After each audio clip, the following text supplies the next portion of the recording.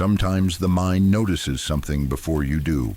A shift in the room, a silence that feels wrong. You tell yourself it's nothing because that's easier. The people in tonight's stories did the same, until they couldn't anymore. I'm LURK. Leave a like, subscribe, and let's begin.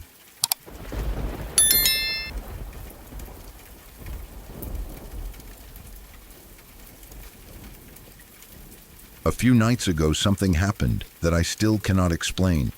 And even now, when I think about it, I feel that same cold pressure in my chest that I felt lying in the dark. I wish I could tell myself it was just a strange animal or my imagination playing tricks on me, but the memory is too clear, too sharp, too real. It started in the most ordinary way possible, which somehow makes it worse. I woke up in the middle of the night with that familiar, uncomfortable feeling that forces you out of bed whether you want to get up or not. The house was silent, completely still. When you wake up at that hour, it feels like the world has paused. No cars passing, no voices, no movement, just the quiet hum of the house breathing around you. I didn't even check the time, but I know it had to be somewhere between 2 and 3 in the morning. That deep part of the night when everything feels heavier. I walked down the hallway to the bathroom, half asleep, my eyes barely open. I handled my business and went back to my room, expecting to slide under the covers and fall right back asleep. Normally, I can fall asleep quickly, but that night was different. As soon as I got back into bed, I felt awake, not fully alert, but restless. My body was tired, but my mind wouldn't settle. I stared at the ceiling in the dark, listening to the small sounds houses make when everyone is asleep. The soft ticking of something cooling down, a faint creak in the walls. That's when I heard it. At first, I thought I imagined it. It was faint and distant, almost blending in with the silence. But then it came again, louder this time. A long, drawn-out sound that made my entire body tense. It was like sobbing and howling mixed together into one awful cry. It didn't sound like a bark. It didn't sound like a scream. It sounded like something grieving, something in pain. The sound seemed to be coming from beyond the canals, 2 streets away from our house. We live at the edge of a suburban area. There are houses around us, streetlights and sidewalks. But once you go past the canals, there's nothing but open fields for miles and miles. Flat land stretching into darkness. During the day, it feels peaceful. At night, it feels endless. The howl rose again, echoing across that empty space. It carried in a way that made it impossible to tell how far away it actually was. It wasn't right outside my window, but it wasn't far enough to ignore either. It felt close enough to matter. I lay there frozen, trying to decide what I was hearing. My brain immediately searched for logical explanations. A coyote, maybe. We have coyotes around here. I've heard them before. They yip and bark, sometimes in groups. But this wasn't that. Coyotes sound sharp and frantic. This was slow, heavy, almost emotional. Then I thought maybe it was a cougar. I've heard that mountain lions can make sounds that resemble a woman screaming. That thought alone made my stomach tighten. But even that didn't quite match what I was hearing. This wasn't a sharp scream. It wasn't a sudden cry. It was drawn out, like something pouring out its grief into the night. The sound came again, and this time it lasted longer. It started low, then rose into a haunting pitch before fading slowly.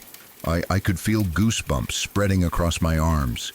There's something about certain sounds that trigger something deep inside you, something older than logic.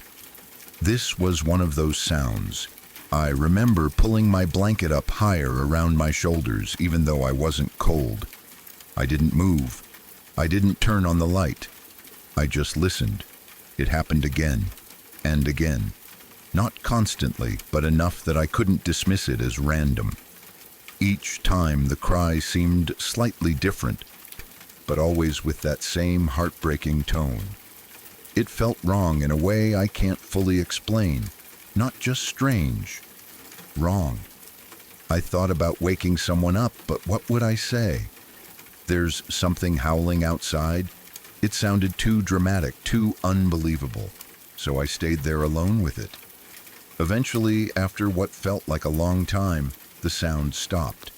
It didn't fade gradually into silence. It simply ended. One moment it was there, and the next, nothing. The silence afterward felt thick and unnatural. I kept waiting for it to start again, bracing myself for another cry. It didn't. Even though it had stopped, I couldn't relax. I kept staring at the window, even though it was closed and covered. My mind kept replaying the sound over and over. I tried to convince myself it was just an animal I wasn't familiar with. I tried to categorize it, to label it, but nothing fit. Before I finally attempted to sleep again, I got up and checked my window to make sure it was locked. I don't know why that felt necessary, because whatever made that sound wasn't trying to break in, but I needed to feel some sense of control. I needed to know there was a barrier between me and the darkness outside. The next morning, I told my mom about it. I described the sound as clearly as I could. As I spoke, I noticed her expression change. She didn't laugh. She didn't brush it off. Instead, she looked serious. Without saying much, then she grabbed her phone and searched for something on YouTube. After a few seconds, she turned the volume up and played a video. The sound that came out of her phone made my heart skip. It was almost identical to what I had heard the night before. The same long, eerie cry, the same rising and falling tone, the same unsettling mix of sobbing and howling. The video was labeled as a recording of a Bigfoot cry. I felt a chill run through me immediately. I don't even like talking about that topic. Yeah, Bigfoot has always been something people joke about. A campfire story, a blurry video online. Not something that feels real. But hearing that sound again, matching my memory so closely, made everything feel heavier. We sat there in silence for a moment after the video ended. I wanted to dismiss it right away. Just because a video claims to be something doesn't mean it is. Anyone can upload a sound and give it a name. So later that day, I did my own research. I searched for recordings of coyotes, cougars, foxes, and other wildlife common in our area. I listened to clip after clip, sometimes with headphones to catch the details. Some of them were strange, some were even creepy, but none of them matched what I had heard. Coyotes were too sharp, foxes were too high-pitched, cougars sounded more like screaming than sobbing. None of them had that deep, almost sorrowful quality. The fields beyond our neighborhood suddenly felt different to me. During the day, they look harmless, just land and sky. But at night, when you can't see more than a few feet ahead, they feel like a doorway to something unknown. What bothers me most isn't the idea of what it might have been. It's the feeling I had when I heard it. That instinctive sense that I wasn't supposed to hear it, that it wasn't meant for me. It didn't sound like an animal hunting. It didn't sound territorial. It sounded emotional, and that's what makes it hard to ignore. Since that night, I've found myself listening more carefully when it gets dark. Every time the wind moves through the trees, I pause. When a dog barks in the distance, I hold my breath for a second longer than I used to. I haven't heard the cry again. Not yet, but sometimes, late at night, when everything is quiet, I almost expect it. And here's the part that really unsettles me. If that recording my mom found truly matches what I heard, then that means someone else, somewhere else, heard the same thing, recorded it, shared it, which raises a question I can't shake. If it wasn't a coyote, if it wasn't a cougar, if it wasn't something ordinary, then what was standing out there in those fields crying into the darkness? And why did it sound so human?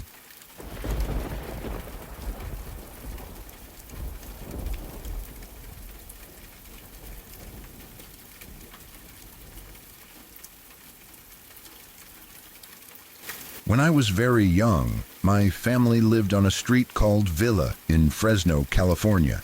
At that age, your whole world feels small, shaped by the house you live in, the friends you play with, and whatever toys you treasure.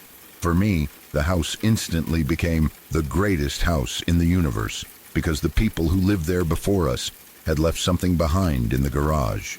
It wasn't furniture, it wasn't junk. It was Castle Grayskull, the actual big plastic magical Castle Grayskull from the masters of the universe toys. For a kid like me, that place became a palace simply because of that one thing. But while I was living my best little kid life with He-Man adventures, my sisters weren't having the same fun. They didn't care about Castle Grayskull, and they definitely didn't love the strange things that started happening almost immediately after we moved in. My oldest sister was the first to experience it. At night, she swore she could hear something walking around in the attic, but only above her room. No one else heard anything, not even me. Her bed sat directly under part of the attic, and she claimed she could hear footsteps, slow and deliberate, pacing around. Sometimes she heard scratching too, like claws dragging along wood. She would complain about it constantly, and every night she went to bed tense, expecting the noises to start up again. My little sister heard things too sometimes, though not as often. She believed our older sister, but I didn't. I thought they were trying to scare me, or maybe they were scaring themselves. Kids imagine things at night all the time, right? But one night, wanting to prove they were exaggerating, I made a bet with my oldest sister. I told her I would sleep in her room, in her bed, and she could sleep in my room. We switched rooms that night, and I remember feeling almost smug as I crawled into her bed. I lay awake for a long time, listening, waiting, expecting nothing. And for hours, nothing happened. I felt confident I had won. Eventually, my eyes grew heavy, and I drifted off to sleep, thinking the whole thing had been a huge joke. Then sometime early in the morning, while it was still dark, I jolted awake. At first I didn't know why, then I heard it, something clunking around directly above my head. It sounded like footsteps, heavy and uneven, moving across the attic floor. But there was something else too, something that sent a cold shock through me. There was a dragging sound, like whatever was up there was pulling something behind it, or like it had long nails scraping along the wood.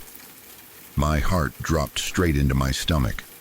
All the confidence I had last night disappeared instantly. I didn't think. I didn't analyze. I just ran. I sprinted through the hallway and into my parents' room, gasping and shaking, trying to explain what happened. I slept in their bed for the rest of the night, and after that, I never doubted my sisters again. Months passed, and although the attic noises continued for my sisters, I tried to forget about the experience. Life went back to normal. Well, normal for a house that always sounded like someone lived in the attic. Then one day, something happened that forced all of us to pay attention again. Our cat had kittens, and everyone was happy. They were tiny, fluffy, adorable, and the whole house buzzed with excitement. But one afternoon, when we came home, we heard a faint crying sound coming from somewhere near the front door. We looked around until finally we saw it. A kitten pressed against the attic vent, its little face pushed tight against the screen. It was mewing loudly, over and over, sounding terrified. That vent came from the attic.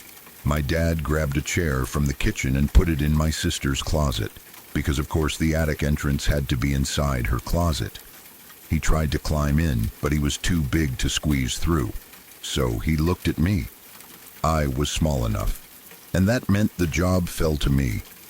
He handed me a lighter so I could see inside, then helped steady me as I climbed onto the chair, then onto the high shelf, and finally poked my head and upper body into the attic opening. The air up there felt different, stale, warm, and heavy. The small flame from the lighter shook a little in my trembling hand, casting strange shadows.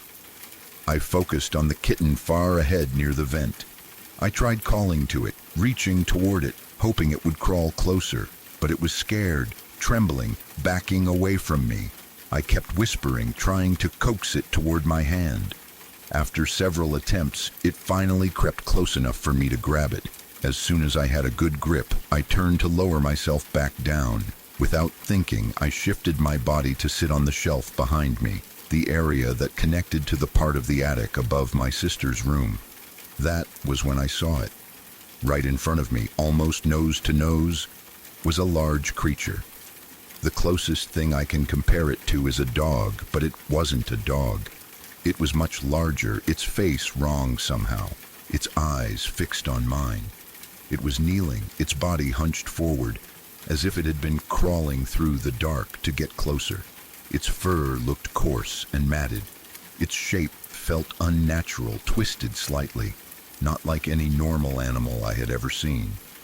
And the worst part, it wasn't moving, not breathing, not blinking, not making a single sound. It just stared at me, silent, frozen, watching. Every muscle in my body locked up. My heart was pounding so hard I thought it would burst. My skin went cold, and I felt this instinctive fear, a primal fear that didn't feel human. I dropped the kitten immediately. It slipped out of my hands and fell back through the attic opening, yowling as it tumbled down into the closet. In a blind panic, I pushed myself backward, lost balance, and fell out of the attic entrance. I hit the closet floor hard, scrambled to my feet, and ran. I heard something above me, a heavy crash inside the attic, loud and violent. I didn't look back. I didn't slow down. I sprinted straight out the front door, barefoot, shaking, crying, unable to stop myself. I refused to go back inside the house. Not that day, not the next day, not for 2 full weeks. I stayed at my grandma's apartment during that time. No one believed me except my sisters. My dad went into the attic himself, checking every corner, and found nothing. No animal, no footprints, no signs of anything unusual. He claimed I must have imagined it, but I knew what I saw, and my sisters believed me because they heard things too. Eventually, life settled again, or at least it pretended to. I tried to forget what happened, and for a while, I did. Then came the night that proved none of it had been my imagination. Months later, my mom, my sisters, and I went out shopping. My dad stayed home. He had been drinking, nothing new, and he was sitting on the couch, cleaning and loading his handgun, something he definitely shouldn't have been doing while drunk. According to him, the gun went off by accident. The bullet shot upward into the ceiling. The moment the gun fired, he heard something. A sound he could barely describe, a half screech, half howl, something alive, something in pain. Then a heavy crash from my sister's room. Before he could even react, he saw something burst through the hallway, a brown, dog-like creature running full speed toward him. It wasn't a normal dog. It was big, too big, and its movements were fast and wild. It ran straight through the living room and out the front door, which my dad had left open. By the time it disappeared down the street, my dad was shaking. When we came home, he told us the entire story, and the evidence was impossible to deny. In my sister's closet, the attic entrance was broken outward, pieces cracked and splintered. There were deep scratch marks along the walls and the trim. The area looked like something had violently forced its way out. The neighbors told us they saw something strange run out of our house. A weird brown animal, sprinting faster than any dog they had ever seen. We never saw or heard anything in the attic again, but none of us ever forgot.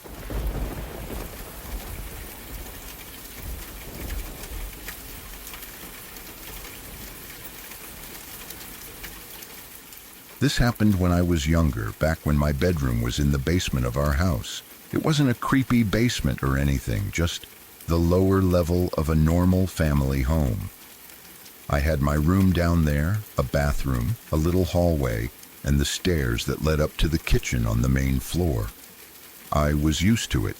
It was quiet, private, and I liked having my own space. Nothing ever felt strange or spooky about it. Every Sunday afternoon, it was our routine to go to my grandma's house for dinner. My mom, my sister, and I would all go together.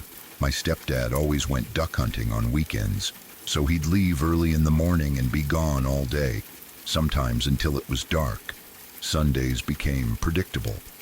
I knew exactly how the day would go, but on this particular Sunday, the routine shifted slightly.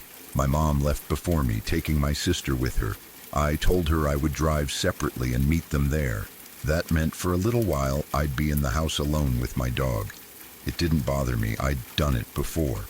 The house was familiar, quiet, steady, normal. I was in my room in the basement when my dog suddenly started barking. And that was strange. He almost never barked. He wasn't the type of dog that reacted to every noise or got startled easily. He only barked when something genuinely caught his attention, and even then, it was rare. At first I thought maybe he heard my mom's car pulling back into the driveway, or maybe my stepdad had come home early from hunting. There was nothing scary in my mind, just confusion. I left my room and walked down the little hallway toward the stairs. My dog followed closely behind me, still barking in short bursts, his ears perked, body tense. That made me pause a little because he looked alert in a way I didn't usually see. When I reached the bottom of the stairs, I froze. Above me, coming from the main floor, I heard footsteps. Very clear, very real footsteps. Not pipes banging, not a house settling. Actual weight moving around, slow and steady, across the upstairs floor. I didn't panic. I didn't even hesitate. I assumed it was my mom. Or maybe, though less likely, my stepdad had returned. There was nothing supernatural or frightening about my thought process. I just believed someone had come back inside for something they forgot. My dog, on the other hand, bolted up the stairs, ran around the corner and into the kitchen. I heard his nails scraping the floor as he turned sharply. Then he started barking again, harder this time. Not playful barking, not excited barking. This was defensive barking, deep, loud, rapid.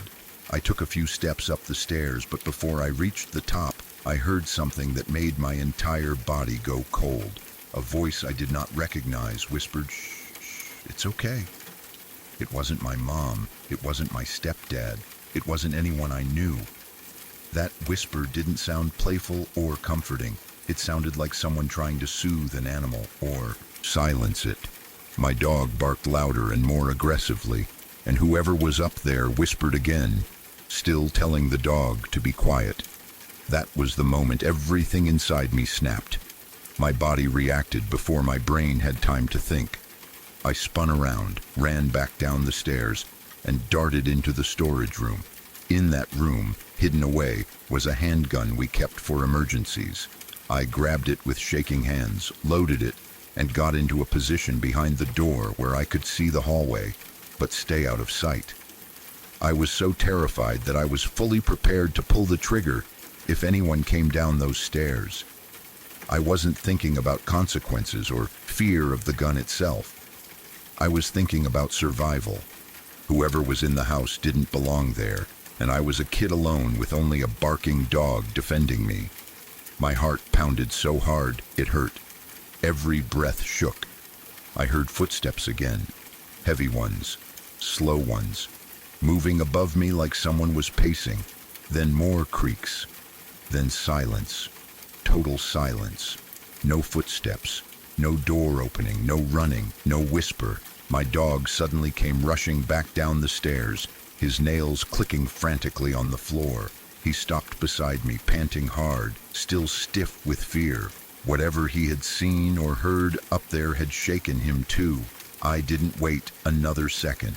With the gun still in my hand, I sprinted down the hallway, up the stairs, past the kitchen, through the garage door, and straight to my car. I didn't feel safe until I was down the street, turning corners, getting farther and farther away from the house. When I got to my grandma's house, I walked straight to my mom and asked if she'd come back home after leaving. She said no, absolutely not. I believed her instantly. I didn't even bother asking my stepdad because he'd been out hunting all day, and there was no chance he had returned early and then vanished. For a long time, I told myself it must have been my imagination, or maybe a neighbor somehow wandered in and left before I got upstairs. But the doors had been locked. My mom and I checked them later when we returned. There were no signs of forced entry, no open windows, nothing. Still, I shoved the memory into the back of my mind, told myself it didn't matter, and tried to forget the whispering voice. And for about a year, I did. Then everything changed again. My other grandparents came to visit for a week. On a Saturday morning, everyone went shopping at the mall except for my grandpa. He stayed behind to paint the family room in the basement. Unlike me, my grandpa wasn't someone who scared easily. He was calm, steady, unshakable. The kind of man who had seen too much in life to be rattled by noises in a house. But later that week, while watching TV with my stepdad, he casually mentioned something about ghosts. They were laughing about how fake the show looked. Then my stepdad turned to me and said, "You know, your grandpa says he heard a ghost in our house once." I didn't think much of it at first, until he explained. Without knowing my story, and without me ever mentioning a single detail, my grandpa had supposedly heard the exact same thing I did. The dog barking, footsteps upstairs, a voice speaking softly. It happened on the day we all went shopping and he stayed behind to paint. My grandpa was downstairs working with the radio on low when the dog suddenly started barking. Not an alert bark, not a protective bark. It was the same kind of frantic, confused bark he had used the day I heard the whispering. Grandpa turned off the radio and listened. Someone was walking around upstairs. He figured we had come home early. Maybe someone forgot their purse. Maybe someone needed the bathroom, but after several seconds of footsteps and no one calling down to him, he started getting confused. He put down the paintbrush and climbed the stairs. The dog bolted past him, barking, and then Grandpa heard a voice talking to the dog. Not clearly, not loudly, but definitely speaking. He stepped into the kitchen expecting to see one of us, but the room was empty. All the doors were locked. No one had come back. My stepdad told me all this with a casual shrug, thinking it was just a funny coincidence. But as he talked, the entire memory I had buried hit me like a punch.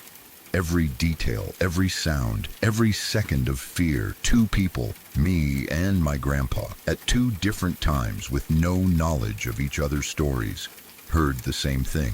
Footsteps, whispering, and someone upstairs who was not supposed to be there. That was 20 years ago. I was 14 when my grandpa's incident happened, and younger when mine did.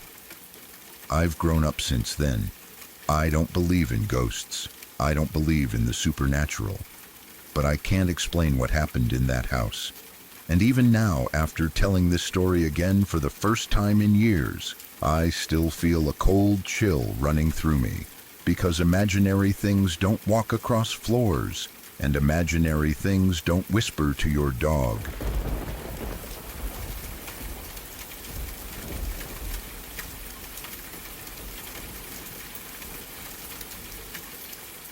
This happened when I was younger, back when my bedroom was in the basement of our house. It wasn't a creepy basement or anything, just the lower level of a normal family home. I had my room down there, a bathroom, a little hallway, and the stairs that led up to the kitchen on the main floor. I was used to it. It was quiet, private, and I liked having my own space. Nothing ever felt strange or spooky about it. Every Sunday afternoon, it was our routine to go to my grandma's house for dinner. My mom, my sister, and I would all go together. My stepdad always went duck hunting on weekends, so he'd leave early in the morning and be gone all day, sometimes until it was dark. Sundays became predictable. I knew exactly how the day would go, but on this particular Sunday, the routine shifted slightly. My mom left before me, taking my sister with her. I told her I would drive separately and meet them there. That meant for a little while I'd be in the house alone with my dog. It didn't bother me. I'd done it before. The house was familiar, quiet, steady, normal. I was in my room in the basement when my dog suddenly started barking. and that was strange. He almost never barked. He wasn't the type of dog that reacted to every noise or got startled easily. He only barked when something genuinely caught his attention, and even then, it was rare. At first I thought maybe he heard my mom's car pulling back into the driveway, or maybe my stepdad had come home early from hunting. There was nothing scary in my mind, just confusion. I left my room and walked down the little hallway toward the stairs. My dog followed closely behind me, still barking in short bursts, his ears perked, body tense. That made me pause a little because he looked alert in a way I didn't usually see. When I reached the bottom of the stairs, I froze. Above me, coming from the main floor, I heard footsteps. Very clear, very real footsteps. Not pipes banging, not a house settling. Actual weight moving around, slow and steady, across the upstairs floor. I didn't panic. I didn't even hesitate.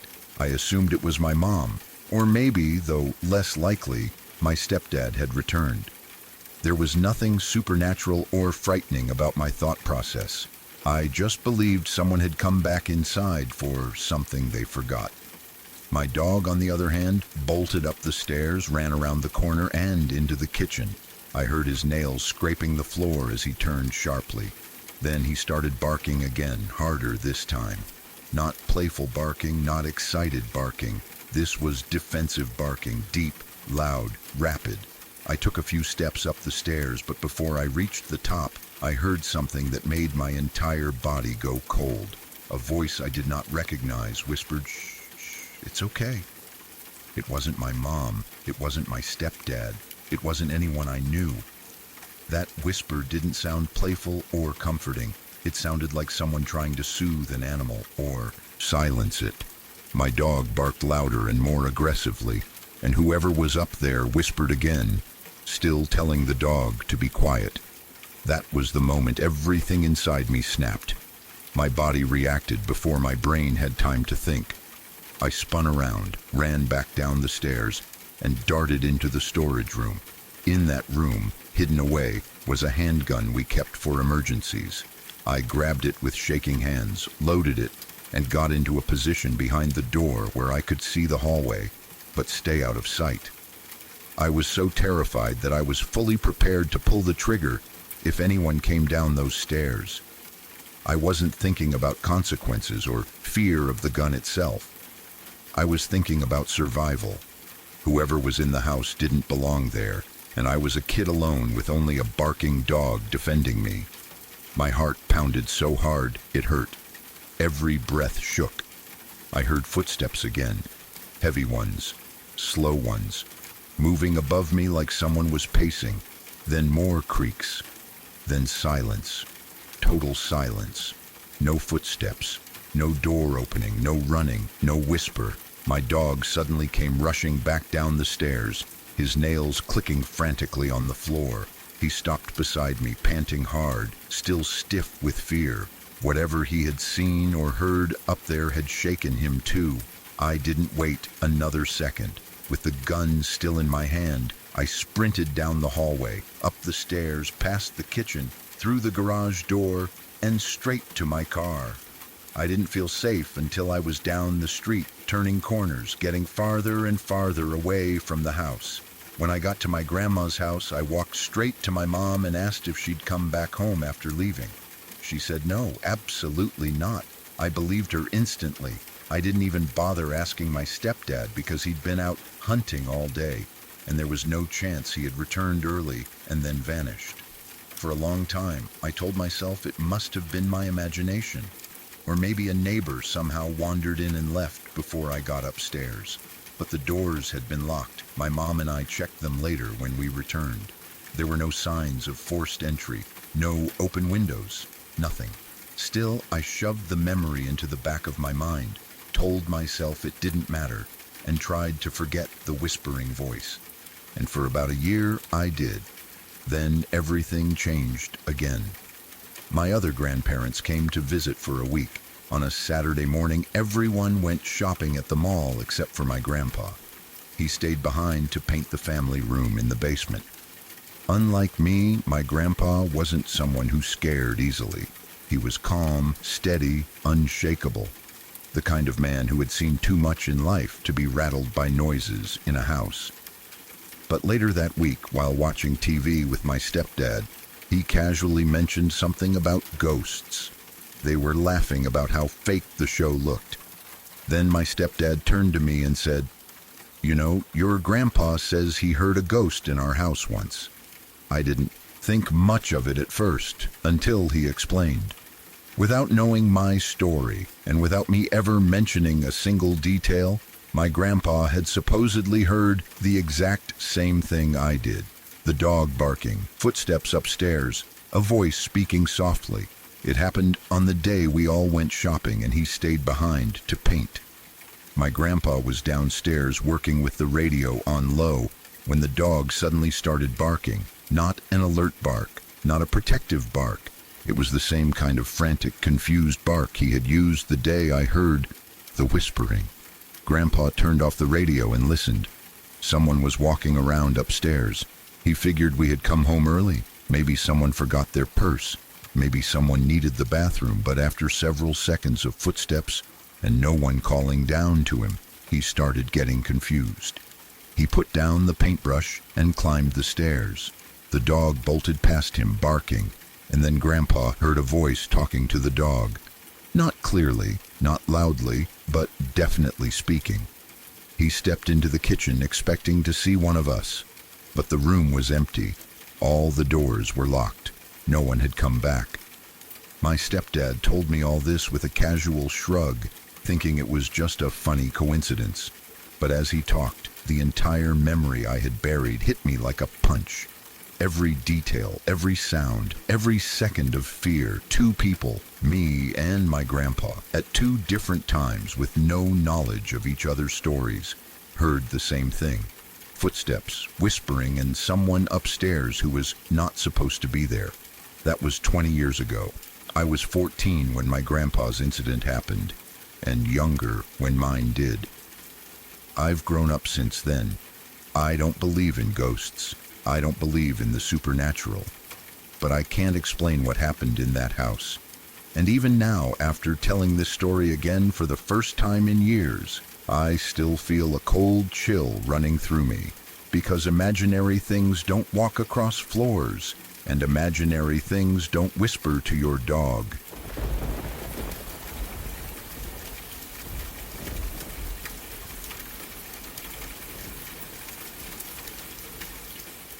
My friend and I were driving through the back roads of a small country town, the kind of place where every field looks the same and the nights feel completely empty. If you've ever lived down south in those quiet little hick towns, you know exactly the kind of place I'm talking about. Endless farming roads, mostly dirt or gravel, stretching out between fields. High school kids always use them as hangouts, driving out there to smoke, drink, or do whatever they didn't want adults to see. No cops, no traffic, nothing but open space and sky. It was late that night, the kind of late where the world feels half asleep, where the cold air settles low and headlights look way too bright against the dark.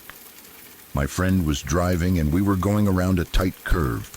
He was going a bit too fast, more focused on messing with his one-hitter than paying attention to the road. I remember telling him to chill, to slow down, to watch the damn road, but he wasn't listening.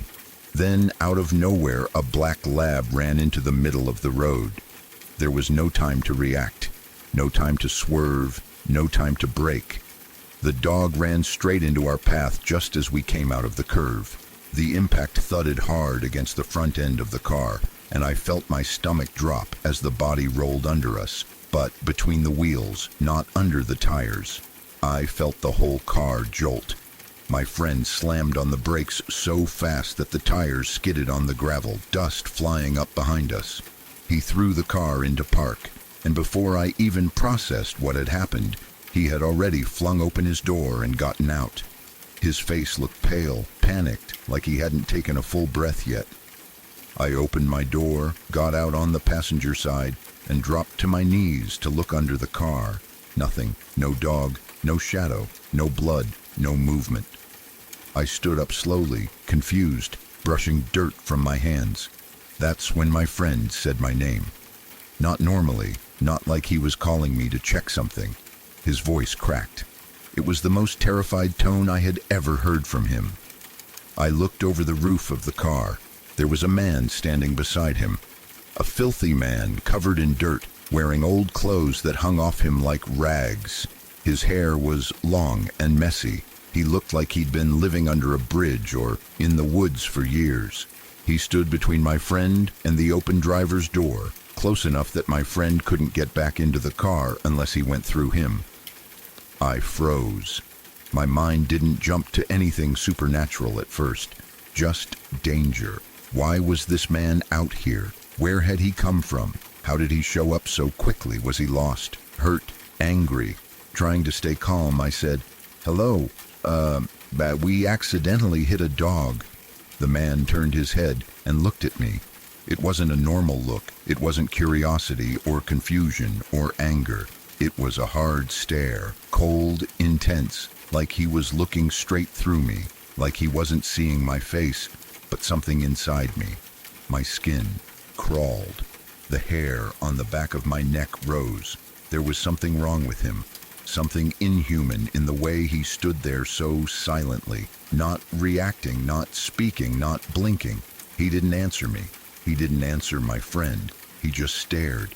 Then he started walking, not toward us, not away from us, just walking slowly past my friend and into the darkness, like he belonged there, like he had simply stepped out of the night and was now stepping back into it.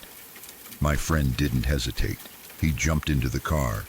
I ran around, got in on my side, slammed the door, and locked it. Both of us were breathing hard, hands shaking, our whole bodies tight with fear. What the fuck was that? What the fuck, man? Who the hell was he? Where did he come from? We kept saying the same things over and over again, trying to make sense of what had just happened. My friend floored the gas pedal, spinning the gravel behind us, trying to get off the back road and back to the main highway as fast as possible. His hands were gripping the wheel so tightly his knuckles had turned white. He was driving way too fast, swerving a little, cutting corners. I could hear his breathing, quick, uneven, almost frantic. My heart was slamming in my chest so hard that it hurt. Every time the headlights hit a tree or fence post, I flinched, expecting that man to be standing there again. Finally, we reached the highway. My friend pulled out way too fast, the tires squealing. The car felt like it was shaking from the speed and the tension inside it. My heart pounded even harder. Then we saw them. Red and blue lights flashed behind us. A cop car had been sitting somewhere in the dark and pulled out after seeing us swerve onto the road like maniacs. The lights filled the inside of the car, bouncing off the dashboard and the windshield. My stomach dropped. We pulled over. The officer walked up with his flashlight, shining it through the windows, blinding us every few seconds. "What's the matter, boys?" he asked. "You were driving a bit erratic back there. You boys been drinking?" We were shaking, talking too fast, stumbling over our words. My friend said, "No, sir. We hit a dog back there and we're just a bit freaked out." The officer didn't look convinced. He shined his light into our eyes, across the seats, around the floor, making us even more nervous. Then the beam of the flashlight moved to the back seat. The officer said, "You mean that dog?" We both turned. Lying across the back seat was a dead black lab. It had no blood on it, no dirt, no sign of having been dragged or carried. Just a dead dog laid out neatly across the seat, as if someone had placed it there gently. My entire chest felt like it collapsed inward. My pulse was pounding so violently I couldn't speak. My friend looked like he was about to pass out. Neither of us had opened the back door. Neither of us had touched the dog. And we had looked under. The car. There was nothing there. Nothing. Yet here it was. In the back seat. Dead. The officer didn't understand why we looked so horrified. He didn't know that 5 minutes earlier, the dog wasn't there. He didn't know about the man. He didn't know about the stare, the strange silence. the way he disappeared into the dark without a sound. My heart felt like it was going to punch through my chest. To this day, I remember the man's stare more clearly than the dead dog. Something was wrong with him. Something about him didn't fit the world the way people normally do, and the dog appearing out of nowhere, silently, impossibly, was something I still can't explain. All I know is that whatever we saw that night, whatever we hit, whatever climbed into the back seat, it wasn't normal, and I've never driven those roads again.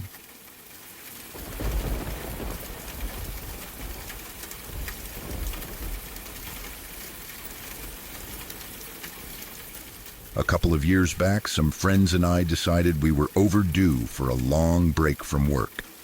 We all had vacation time saved up, and one night someone threw out the idea of taking a 2-week road trip across several states, starting in the southeast, driving up through Pennsylvania, then looping back down. The plan was simple: drive through the night, find a place to pitch our tents before dusk or right after dawn, sleep a few hours, then spend the day exploring whatever area we ended up in. Sometimes we'd stop near a city, sometimes out in the middle of nowhere. It became this strange but fun rhythm of movement, exhaustion, and discovery. By the time we drove into Alabama, the adventure still felt exciting. If you've ever driven through Alabama's interstate, especially north to south, you know how mind-numbingly straight and repetitive it can be. Trees, trees, more trees, the kind of drive that lulls you into staring at the road until your brain melts. We knew this ahead of time, so instead of sticking to the interstate, we routed our trip through the more rural areas. Fields, dirt roads, small forgotten highways, anything to keep things interesting. We were about 3/4 of the way up the state when we decided to stop and rest for the morning. It was early, the sun was up, but our brains were fried from driving all night. We found a huge open field with soft green grass and no fences, no signs, no trespassing, nothing. Just wind, sky, and space stretching out around us. It looked safe enough, peaceful enough, so we pulled over and set up our tents. The idea when we camped wasn't to have some relaxing wilderness retreat. It was purely so we could lie down and sleep without being cramped inside the car, shoulder to shoulder, drooling on each other. So after the tents were up, everyone crashed. Some slept inside, some outside. The world was quiet and warm, the grass soft beneath us. Around noon, everyone was finally awake and ready to pack up. The field looked even more beautiful in the midday sun. Short, bright grass, a gentle breeze, and about 500 feet away, a barn that looked oddly picturesque. It wasn't old or run down. It looked new, like something from a postcard. Red wood, clean roof, white trim reflecting the sunlight. We decided we should check it out before hitting the road again. We loaded everything into the car and walked across the field toward the barn. Everyone wandered in different directions once we got there, some looking inside, some poking around outside. I ended up off to the side where taller grass had grown up around a few pieces of rusted farm equipment. That's when I heard one of my friends yelling from inside the barn. Her voice echoed, sharp and urgent, bouncing off the wooden walls. I jogged around the corner and went in. 2 of my other friends had already joined her. They were all gathered around a square section of the floor near the back, what looked like a trap door. A big one. Thick wood, metal hinges, the kind of thing that didn't belong in a modern-looking barn. My friend said she heard crying. Not animal crying, human crying, a child maybe. The sound had led her straight to that trap door, but as soon as she reached it, the crying stopped. We all stood there for a moment, silent, listening. Nothing, not a sound, just the creaking of the barn roof and the wind drifting through the open doorway. I looked up, trying to say something.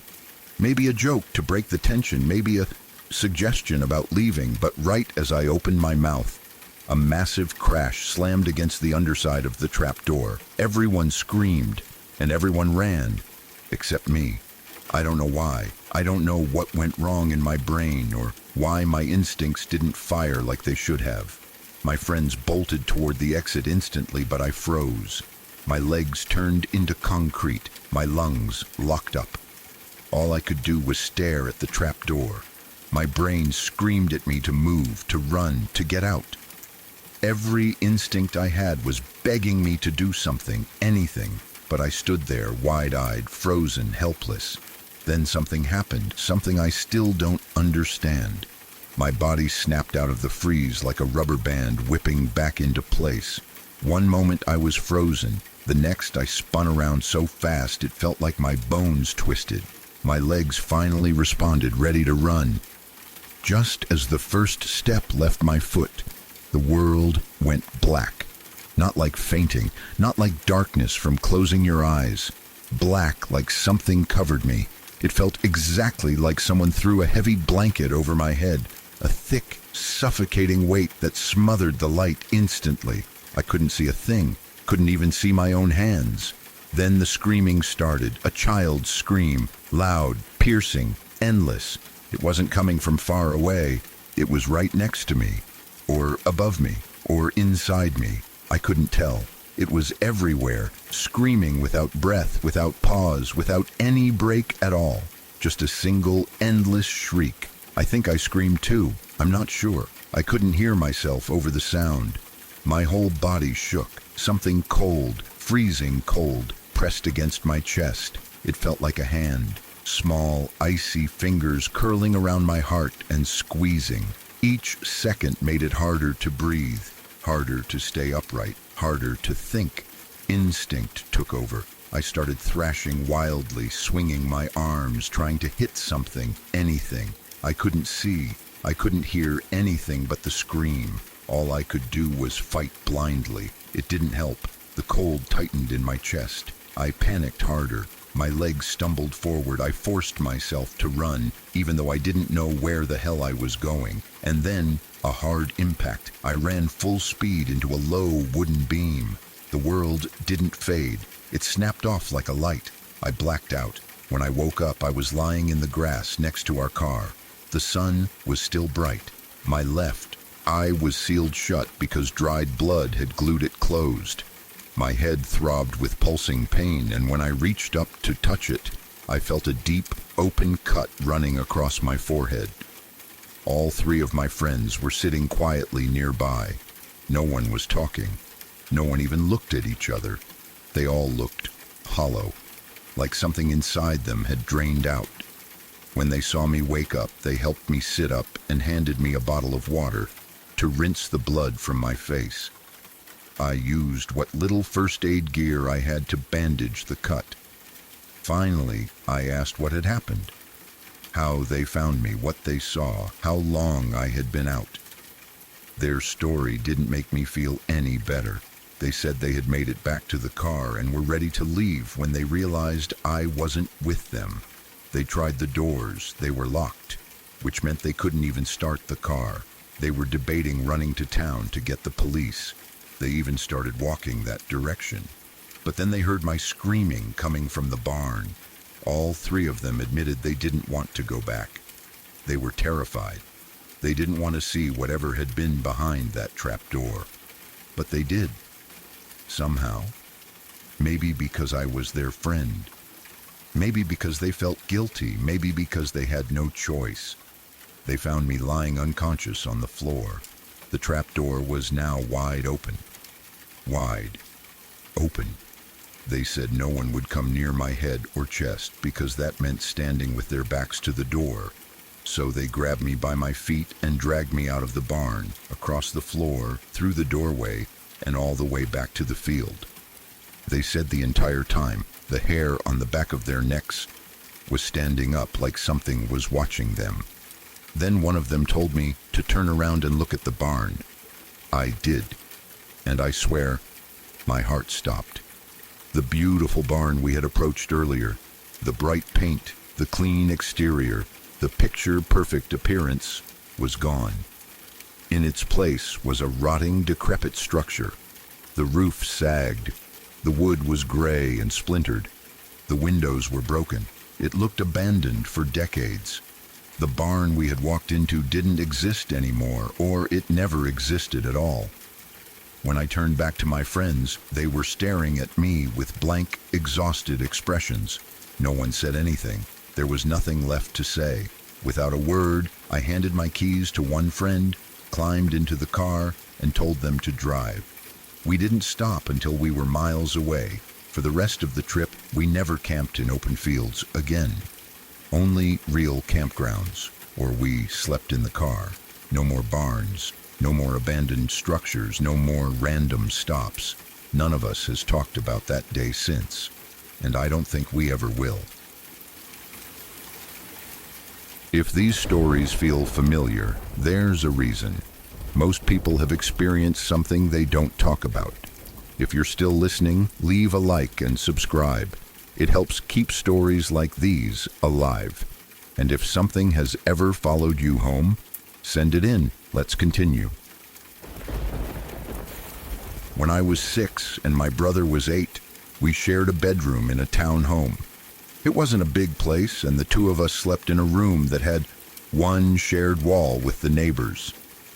At that age, everything felt a little bigger than it really was, a little scarier, a little more mysterious. Most of the creepy things that happened in that room came from our imaginations. At least, that's what we believed back then. For example, we had this friend, as we called it, that lived in the corner by the bedroom door. We imagined it was a black widow spider that only came out at night. Sometimes we swore we saw something skitter across the corner, and we'd whisper to it like it could understand us. We even made up stories about what it did during the day, like it had a little spider job or spider friends. It sounds silly now, but when you're a kid, you can make anything feel alive.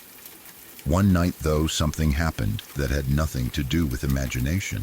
My brother and I were trying to fall asleep. The house was dark and quiet, except for the faint hum of the air conditioner and the distant sound of wind outside.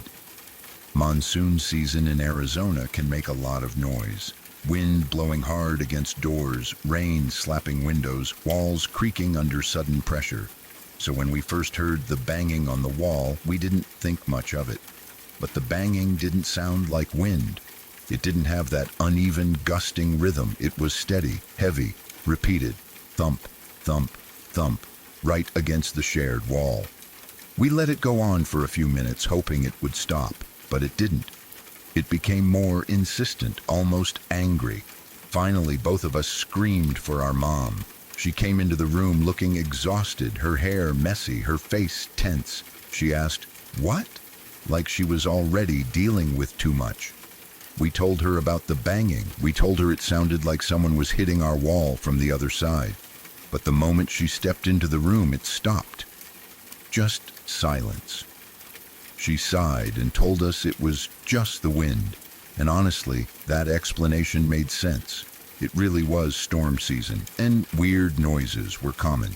She told us she'd check on us again soon, kissed us goodnight, and left. What we didn't know at the time was that she was having a terrible evening.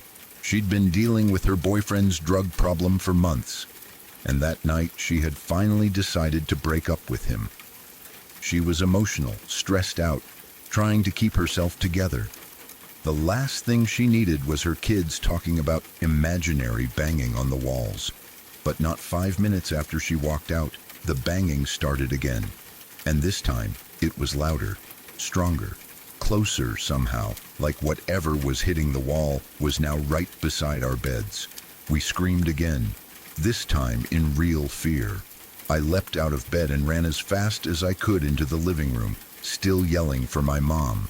When I turned the corner, I saw something I didn't expect. My mom was standing in a defensive stance, her fists clenched, tears running down her face. Her boyfriend was in front of her, angry, breathing heavily, looking like he was on the edge of exploding. There was no banging on the walls now, only tension filling the space between them. He grunted something we couldn't understand, then stormed out the door. Once he got to his car, he sat there and held down the horn for a full minute, blasting the noise through the entire neighborhood. It wasn't a goodbye. It wasn't an accident. It was rage, frustration. His version of slamming every door in the world at once. When he finally drove off, my mom closed the door quickly, locked it, slid the bolt, and secured the chain. She was shaking a little. Then she took a deep breath and walked me back to the bedroom. My brother was sitting up in bed, eyes wide. He said the banging stopped the moment I screamed and left the room. My mom sat down with us, her voice softer now, and stayed until both of us fell asleep. The house was quiet for the rest of the night. I remember waking up once or twice, listening for more noise, but nothing came. The storm had calmed outside too. It felt like the world had finally gone still. But the next morning, everything changed. My mom woke us unusually early. She never did that. Never woke us before school unless something was very wrong. She sat us down in the living room, her expression serious, her hands shaking slightly. She didn't mention her breakup. She didn't talk about her boyfriend or the fight or the horn. She was focused on something else. She pointed toward our front door. The doorknob was completely busted and hanging loose.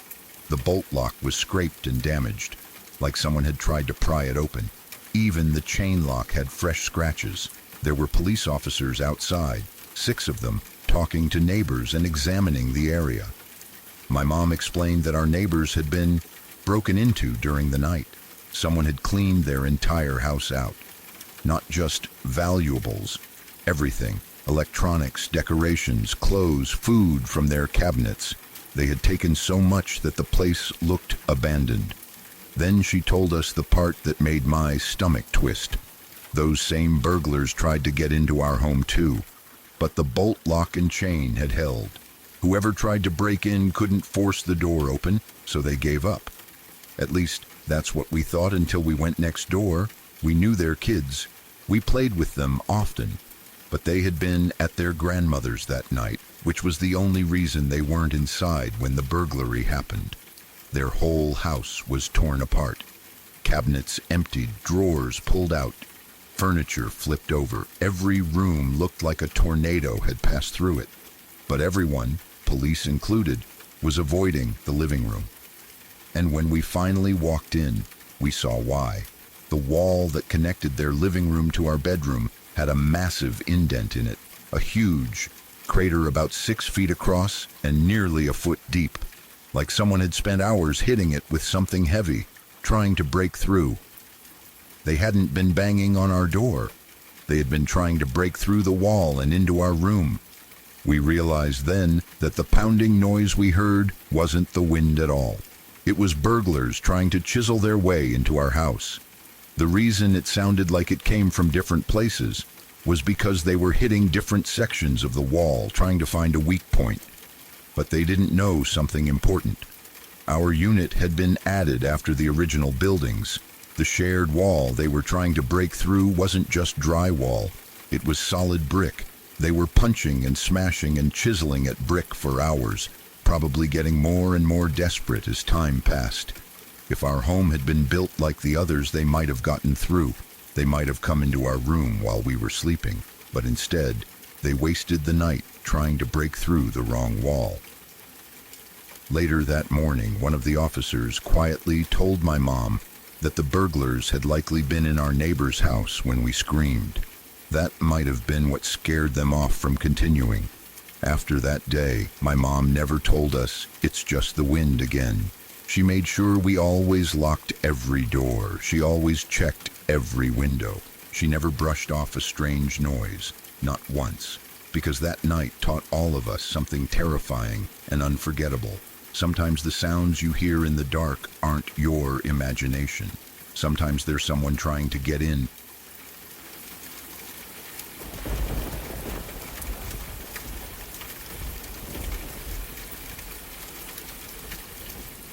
It all started back between the years of 1982 and 1985. I was just a very young child at the time, probably between 3 and 5 years old, and I had a sister who was a year younger than me. My parents had decided to start a new chapter of their lives and moved us into a house in Brisbane. My father was a hard-working journalist, although sadly he has since passed away, and my mother was a midwife. At that time in our lives, she had taken a break from her career to stay at home and look after my sister and me.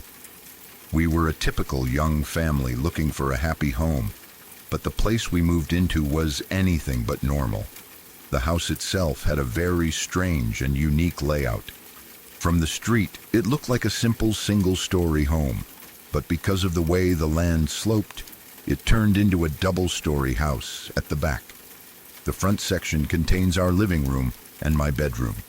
To get to the rest of the house, you had to walk through a carpeted landing that connected the front to the back. From there, stairs went up to the master bedroom on the left, a nursery straight ahead for my sister, and a bathroom on the right. At the bottom of those stairs, there was a side door that led out to an entertainment area, where we had a barbecue set up, which then opened up into the backyard. However, if you ignore that side door and turn right at the bottom of the stairs, you walk under an archway. This archway leads into a large concrete room underneath the house, which we call the rumpus room. It was shaped like the letter L. Tucked inside this concrete room, right under the stairs, was a dark, tiled laundry room. At the very back of this large playroom was another door that led directly out to the backyard. It sounds a bit complicated, but it is important to understand the layout, because the way the house was built played a huge role in the terrifying things that happened to us.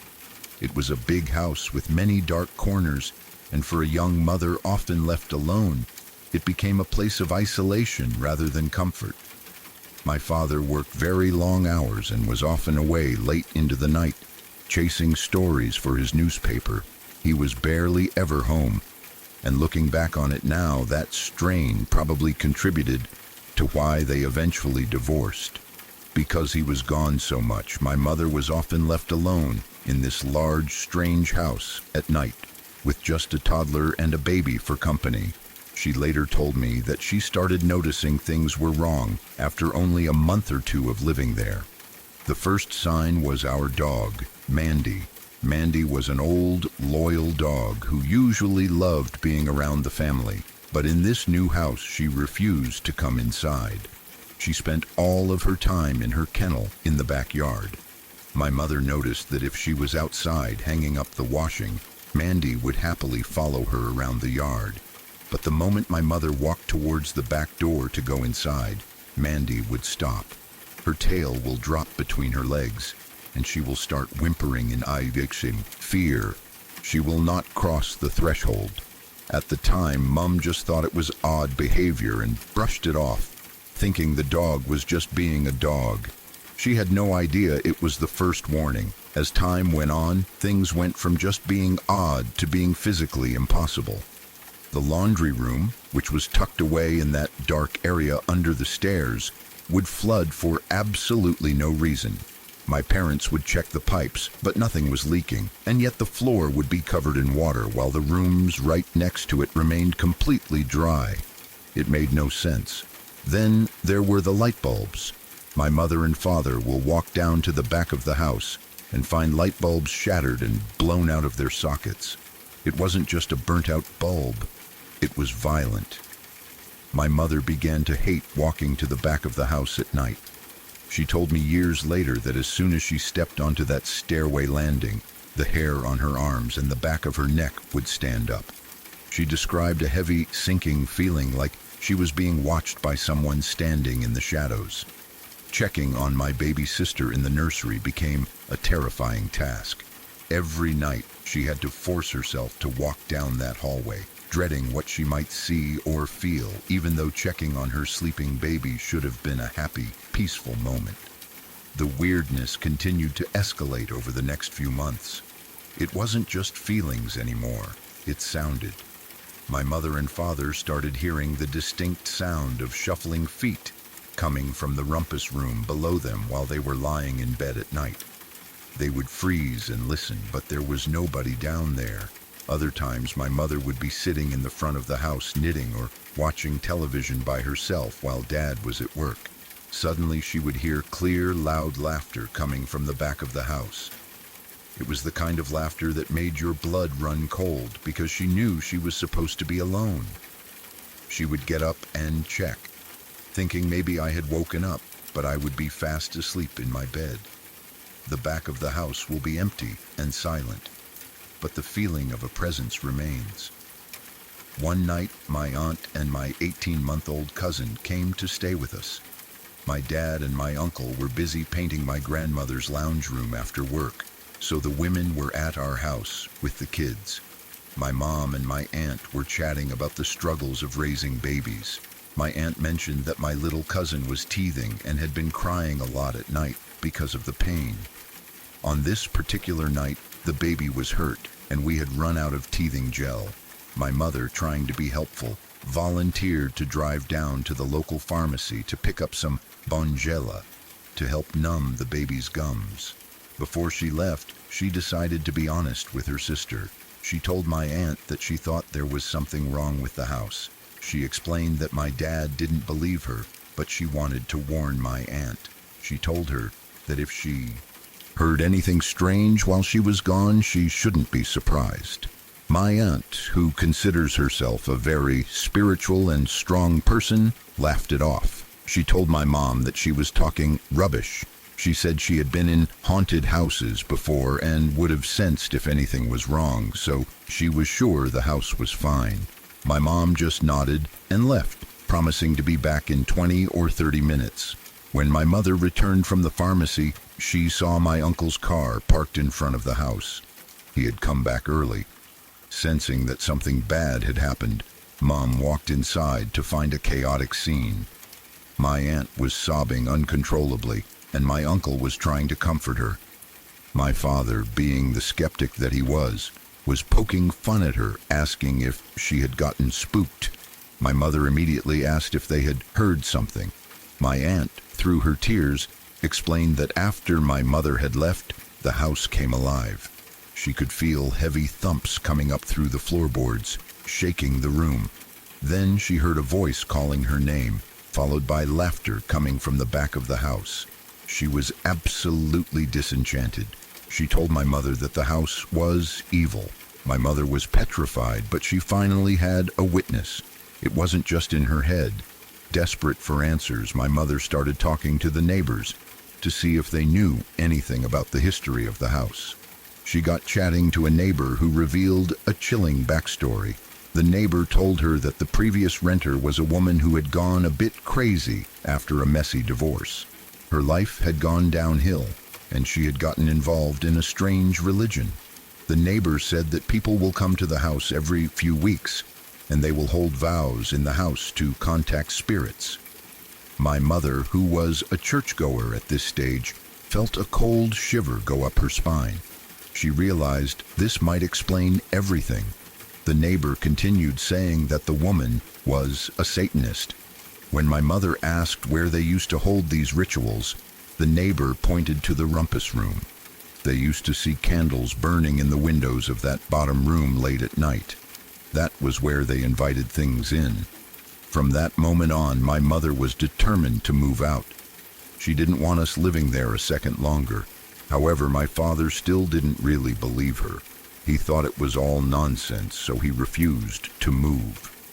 We were put staying, despite the fact that all of our toys and tricycles were kept in the rumpus room. My mother noticed that I would never, ever play down there. Even though I was just a toddler, I knew something was wrong with that space. She had initially thought I just didn't want to be away from her, but she realized it was afraid. My older cousin, who was a year older than me, also flatly refused to go down to the rumpus room when she visited. She told my aunt and my mother that the things down there scared her. Children are often more sensitive to these things than adults, and we all sensed the darkness in that room. A few more months went by, and the activity began to target me directly. Apparently, I started complaining to my mom about a man who sat on top of my wardrobe and looked at me at night. Can you imagine a toddler telling you that? My mother was horrified. She immediately got rid of the wardrobe, hoping that would stop me from seeing the figure. A few weeks later, something even more aggressive happened. My mother was getting changed in her bedroom at the top of the house. I was downstairs at the front of the house, watching Sesame Street on TV. When she tried to leave her room, she found the door was locked. It wouldn't budge. She started shaking the door violently, but it was stuck fast. She called out to me to help, but I was too far away and distracted by the TV to hear her. At this stage, she was 7 months pregnant with my baby brother. She was trapped. She had no choice. Terrified and trapped, she opened the window. She was forced to climb out of the window and shimmy down the drain pipe onto the side entertainment area. It was a dangerous and undignified thing for a pregnant woman to do, but she was desperate. She ran back into the house through the side door and raced up the stairs.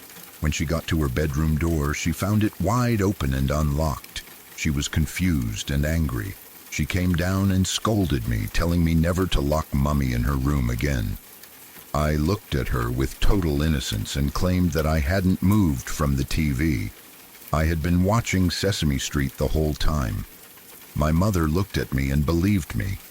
She knew I couldn't have done it.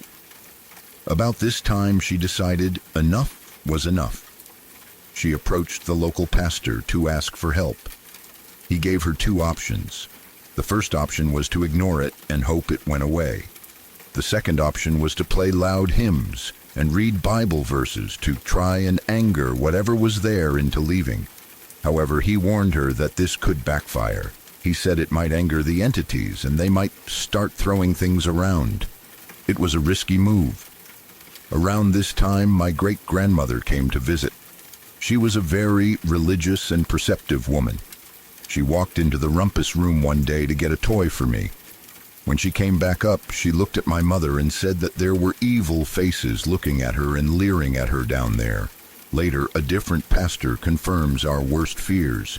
He told my mother that whether she believed it or not, there were 2 or 3 demonic entities reflected in the back of our house. That was the final straw.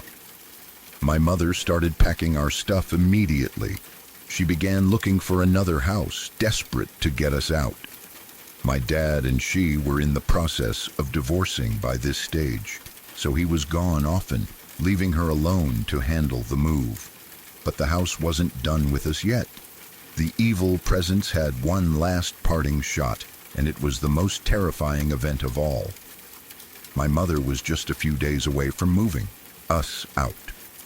She went to check on my sister, who was now 2 years old, while she was sleeping in the nursery upstairs.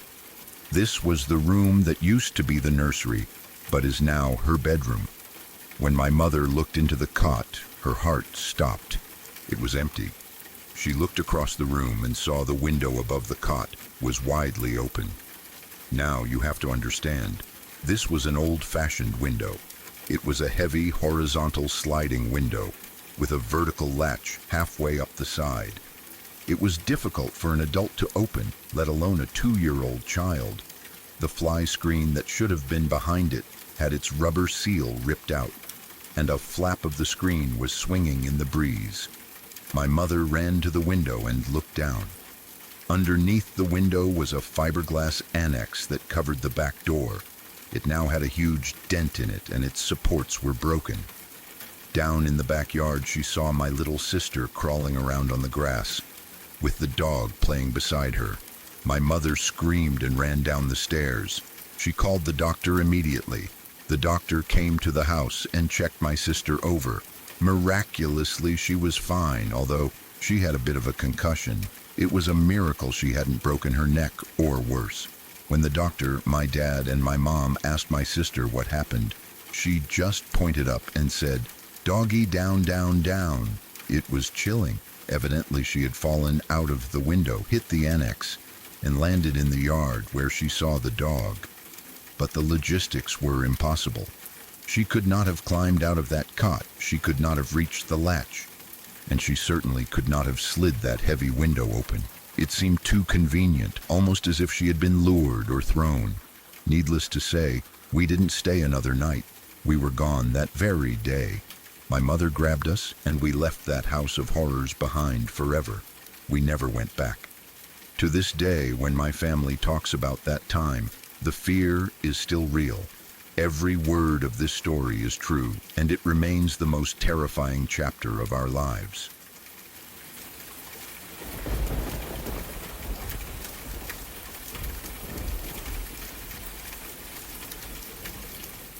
It was the summer of 2024, a time that feels both like yesterday and a lifetime ago. I was working in Ocean City, Maryland, a popular vacation spot that gets incredibly busy during the hot months. The town is full of energy, tourists, the smell of saltwater taffy, and the sound of crashing waves. I had landed a job at a laser tag center, which was a pretty standard gig for a college student. It was loud, dark, and full of flashing lights inside, but it was a job. My good friend Steve also worked there with me. Having a friend on the same shift made the long hours go by much faster. We were both at that strange transitional stage of life, the summer between our freshman and sophomore years of college. We felt like adults, but looking back, we were still just kids ourselves in many ways. Life was finally kicking into gear, and we felt like we had the whole world ahead of us. We had no idea that this specific summer day would change the way we looked at the world forever. On this particular day, Steve and I arrived at the laser tag center a bit earlier than our scheduled shift. We liked to get there early to hang out, maybe play a few rounds of the arcade games before we had to put on our uniforms and deal with customers. We played a few games and managed to win a handful of tickets. We weren't interested in the big prizes, so we just redeemed them for those small, bouncy rubber balls. It was a silly, carefree way to start the day. After we got our prizes, we decided to retreat to the back of the building. There was a small area behind the store where the employees would go to take breaks, smoke cigarettes, and just get away from the noise of the arcade for a moment. It was our little sanctuary. The area behind the store wasn't much to look at. It was basically a concrete patch near the parking lot, but it was quiet. Directly behind our building, separated by a wooden fence and some bushes, was a 4-story apartment building. Ocean City is packed with these kinds of buildings. It was the height of summer, so the place was absolutely full of happy vacationers. You could hear the sounds of families unpacking their cars, music playing from balconies, and the general buzz of people enjoying their holidays. This specific building had a design that is very common in beach towns. The hallways and the stairs that led to the different suites were all on the outside of the building rather than inside. It was like an open-air motel design. There were metal railings along the walkways to keep people from falling off, but everything was open to the elements. Steve and I were tossing our little rubber balls back and forth, smoking our cigarettes and talking about life. We discussed how school was going, our plans for the upcoming semester, and just general college stuff. The sun was hot and the air was humid, typical for a Maryland summer. Behind us, over in the apartment building, I noticed a group of kids playing. They were running along the open walkways on the upper floors. It looked like they were playing tag or hide and seek. They were laughing and shouting, having the time of their lives. I watched them idly, remembering when I used to play like that. However, my attention was drawn to one kid in particular. He wasn't really interested in the game the others were playing. Instead, he was on the top floor, leaning far out over the railing. He looked like he was spitting down onto the pavement below, or maybe dropping little pebbles. I remember staring at him and feeling a sudden cold knot form in my stomach. It was a distinct thought, clear as day. I thought to myself that the kid was going to fall. It wasn't just a worry, it felt like a premonition. I turned to Steve, feeling the need to voice this sudden anxiety. I told him to look up and said that the kid was making me nervous and that I thought he was going to fall. Steve, being his usual relaxed self, just laughed it off. He threw his rubber ball at me, hitting me in the arm. He told me that I was being paranoid and that kind of talk freaked him out, so I should shut up. He picked up the ball to keep playing our catch game, trying to lighten the mood. I tried to shake it off. I wanted to be like Steve, unbothered and relaxed. I sat down on one of those concrete parking blocks, the kind that stop cars from rolling too far forward. I tried to focus on Steve and our conversation, but I couldn't get the image of that kid out of my head. I kept glancing back up at the fourth floor. Steve was talking about something, rambling on, probably trying to distract me or making fun of me for being a worrier. He managed to steal my attention for just a few seconds. I looked at him, forcing a smile, trying to be present in the moment. But that moment was shattered in an instant. We both heard it. It started with a scream. It wasn't a playful scream of a child playing tag. It was a scream of pure, unadulterated terror. It was short, sharp, and was immediately followed by a sound that haunts my nightmares to this day. It was a wet, heavy thud. It was the worst sound I will ever hear in my life. It was the sound of a human body hitting the pavement from a great height. The silence that followed immediately after was deafening, heavy, and suffocating. I didn't think, I didn't process. My body just reacted. I jumped up from the parking block and sprinted toward the wooden fence that separated our lot from the apartment building. I vaulted over the fence and pushed my way through the thick, scratchy bushes that lined the property. My heart was pounding so hard I could hear it in my ears. I burst through the foliage and onto the pavement of the apartment parking lot, and there he was. The kid was lying face first in the parking lot. He had fallen 4 stories. A puddle of blood was already expanding rapidly around his head. It was moving fast, soaking into the hot asphalt. I froze for a split second, my brain trying to comprehend what I was seeing. Behind me, I could hear Steve coming through the bushes. His reaction time hadn't been as fast as mine. He was still processing the shock. I spun around on the balls of my feet and screamed at him. I yelled at him to call 911 immediately. I was shouting random things, telling him to get help, get ice, get water, just anything to do something. I turned back to the building and yelled up to the other kids who were frozen on the walkways, staring down in horror. I screamed at them to go get whatever adult they had with them. I approached the boy on the ground. I didn't want to look, but I had to. The sight was horrific. Through the fracture in his skull, I could see gray matter. The injury was catastrophic. The blood was pooling thick and dark around him. It belied his true condition because despite the severity of the impact, he was not dead. In that moment, seeing the extent of his injuries, a dark thought crossed my mind. I almost wished he was already dead because the suffering he was enduring was unimaginable. He started screaming. It wasn't a scream of pain anymore. It was a scream of pure panic and confusion. He was calling out for Jesus. He was begging for help. I am an atheist. I don't believe in God or an afterlife. But hearing this broken child crying out to Jesus shook me to my core. I didn't know what to say to him. I didn't know how to comfort him. I knelt beside him, terrified to touch him, but terrified to leave him alone. His crying was becoming more frantic, desperate, and shrill. I could see the color fading from his skin, turning a sickly pale gray against the vibrant red of the blood. I felt completely useless. I just wanted to tell him it would be okay, but I knew it wouldn't be. Finally, the other kids had found an adult. It was his aunt. She came running out of one of the ground floor apartments, screaming. Her screams mixed with the boys, creating a cacophony of despair. She was frantic, completely out of her mind with grief and panic. She rushed toward him, her hands reaching out to grab him. I knew immediately that I had to stop her. I had taken basic first aid courses, and the one thing I knew for sure was that you never, ever move someone who has fallen from a height. If he had broken his back or his neck, moving him could sever the spinal cord and kill him or paralyze him instantly. I stood up and blocked her path.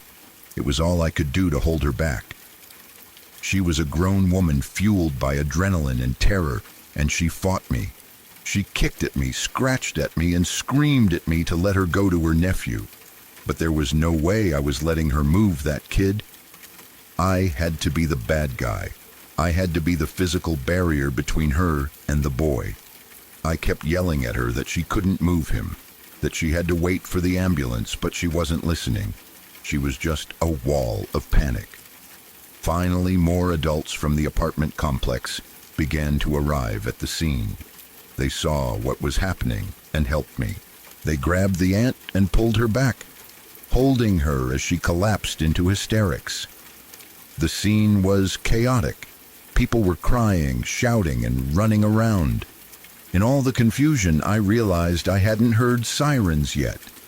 I didn't know if Steve had managed to make the call or if he was still in shock. I pulled out my own phone from my pocket. I wanted to call Steve to check on the status of 911 or to dial it myself if he hadn't. As I held my phone up, looking at the screen, the aunt looked up from where the neighbors were holding her. Her eyes locked onto my phone. In her grief-stricken and confused state, she jumped to the worst possible conclusion. She thought I was standing over her dying nephew recording a video or taking a picture. She screamed at me with a voice full of venom. She yelled that I better not be taking any pictures and called me a sick fuck. Her words hit me like a physical blow. I wasn't taking pictures, I was trying to save his life. But I couldn't explain that to her, I couldn't defend myself. Her words, just like the boy's screams, still echo in my skull to this day. It was a misunderstanding born of tragedy, but it stung deeper than I can describe. The boy had grown quiet by the time the ambulance finally arrived. The frantic screaming had faded into shallow, ragged breathing, and then into silence. He was still. The paramedics rushed in, taking over the scene with professional efficiency. They stabilized him, put him on a board, and loaded him into the back of the ambulance. The lights flashed, and the siren wailed as they sped away, leaving us standing in the bloody parking lot. He was still alive when they took him away, holding on to life by a thread. The adrenaline began to fade, leaving me shaking and cold despite the summer heat. Steve and I didn't say much to each other. We went back to the store, but we were useless. I later learned that the boy didn't make it. He died from his injuries. I never asked for his name. I never looked it up in the papers. At the time, I thought that maybe if he remained just a nameless kid in my memory, I could get over it easier. I thought that keeping a distance would help me heal, but that was a mistake. Now, looking back, I wish I knew who he was. I wish I knew his name so I could honor his memory properly instead of just remembering the horror of his final moments. That summer in Ocean City was supposed to be about fun, friends, and freedom. Instead, it became the summer I learned how fragile life really is. I still think about that day often. I think about the premonition I had, and I wonder if there was anything I could have done differently. Could I have yelled at him sooner? Could I have run over there before he fell? Logic tells me no, but the guilt lingers. The sound of the thud, the boy's prayers, and the aunt's accusation are etched into my mind. It was a tragedy that unfolded in seconds but has lasted a lifetime in my memory. We were just kids working a summer job, but on that day, we grew up way too fast.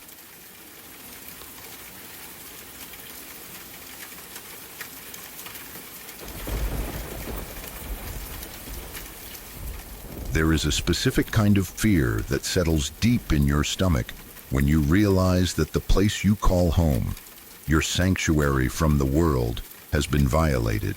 We all like to believe that when we lock our front doors at night, we are safe and alone with our families.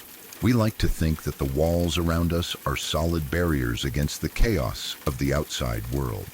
But sometimes those barriers are not as solid as we think.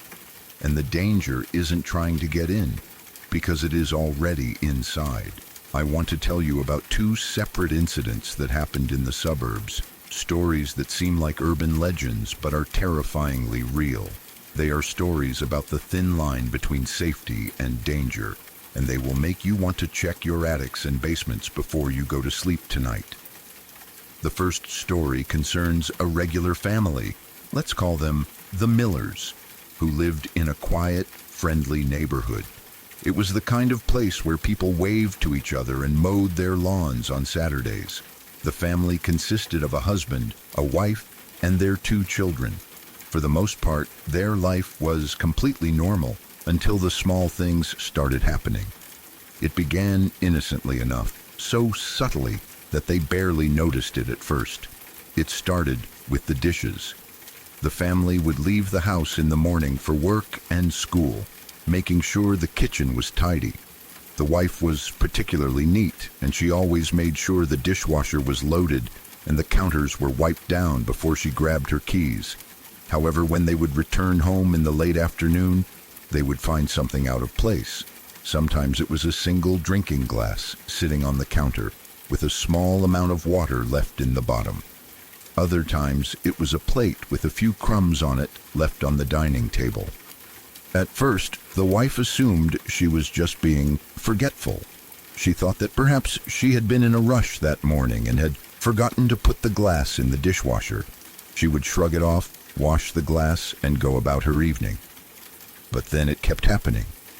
It wasn't every day, which made it even more confusing. It happened just often enough to be noticeable, maybe once or twice a week. The husband started to get annoyed, assuming the kids were sneaking home or that his wife was becoming messy. They would have small, irritated arguments about it. He would ask why she left a dirty plate out, and she would insist, with frustration in her voice, that she hadn't. This went on for a couple of months. The atmosphere in the house began to change. A low-level tension settled over the family. They felt like they were going crazy. The wife started to doubt her own memory.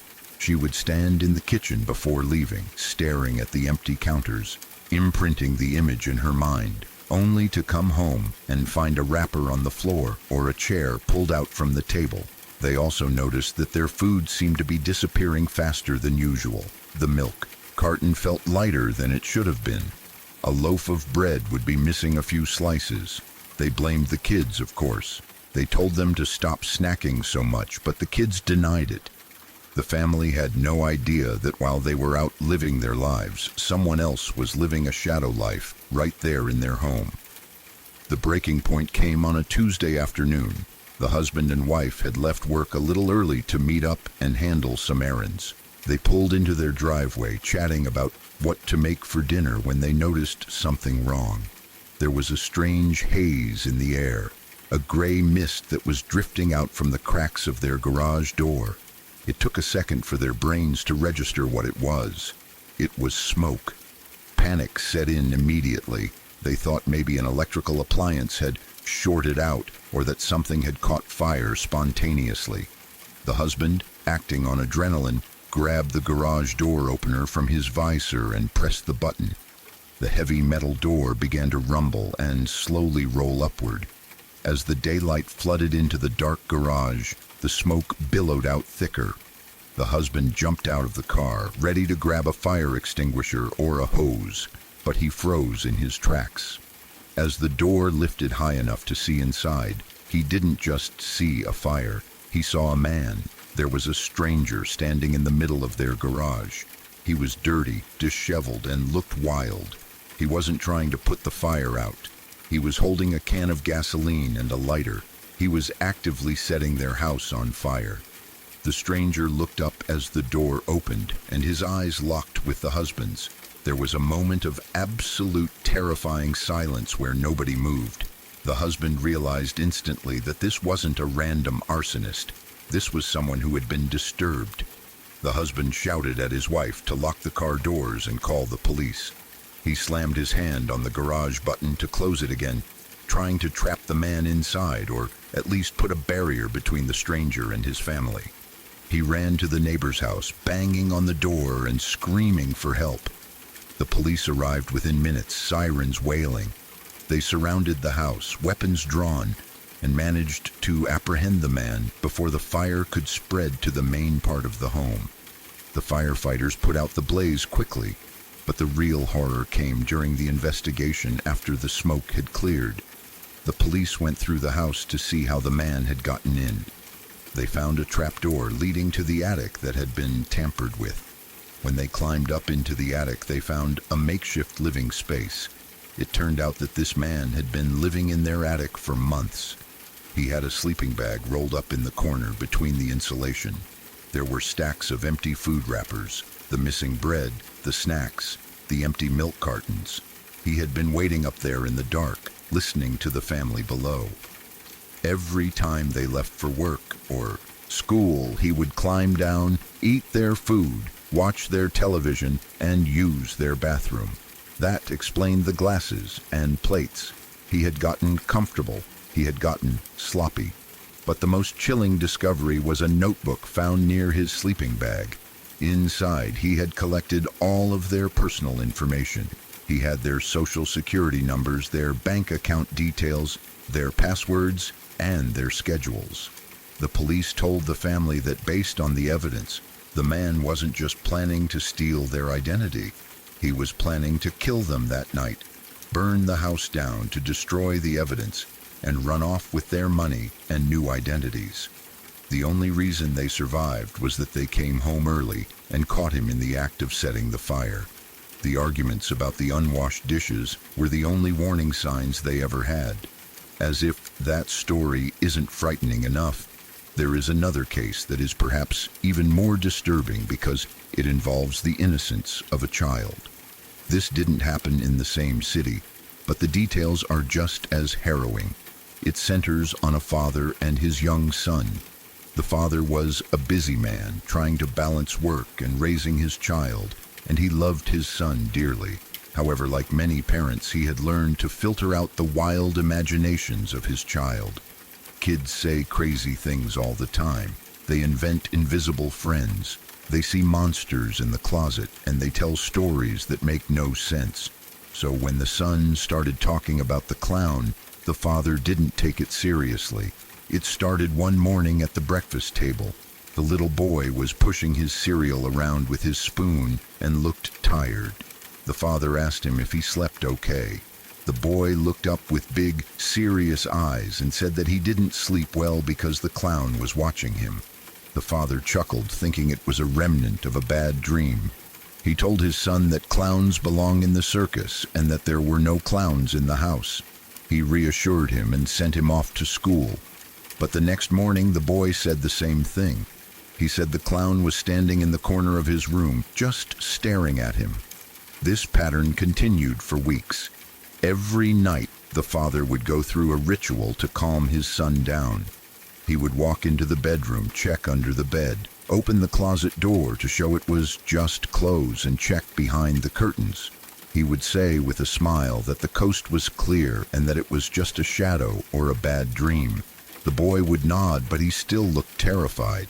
He insisted that the clown didn't do anything. He didn't speak or move much. He just stood there in the dark, watching him sleep. The father started to get a little frustrated. He thought his son was going through a phase or seeking attention. He told his son that he needed to be brave and stop making up stories because it was affecting his sleep. After a couple of weeks of this nightly drama, the complaints suddenly stopped. The father asked his son one morning if he had seen the clown. The boy shook his head and said no. The father was relieved. He thought his parenting had worked, that he had helped his son conquer his fear, or that the boy had simply grown bored of the imaginary game. Peace returned to the household. The father patted himself on the back for handling the situation well. He thought the nightmare was over. About a week after the boy stopped seeing the clown, the father was sitting in the living room after putting his son to bed. He turned on the evening news to catch up on the day's events. He was half listening while looking at his phone when a headline caught his attention. The news anchor was talking about a breaking story involving a serial intruder who had finally been arrested in a neighboring town. The father looked up at the screen and felt the blood drain from his face. The report detailed the arrest of a man who had been terrorizing families in the area. The police revealed that this man had a very specific and terrifying modus operandi. He was a drifter who would break into people's homes and live in their attics or crawl spaces for weeks at a time. But that wasn't the part that made the father's heart stop. The news anchor went on to say that the man had a twisted habit. At night, while the families were sleeping, he would come down from his hiding place.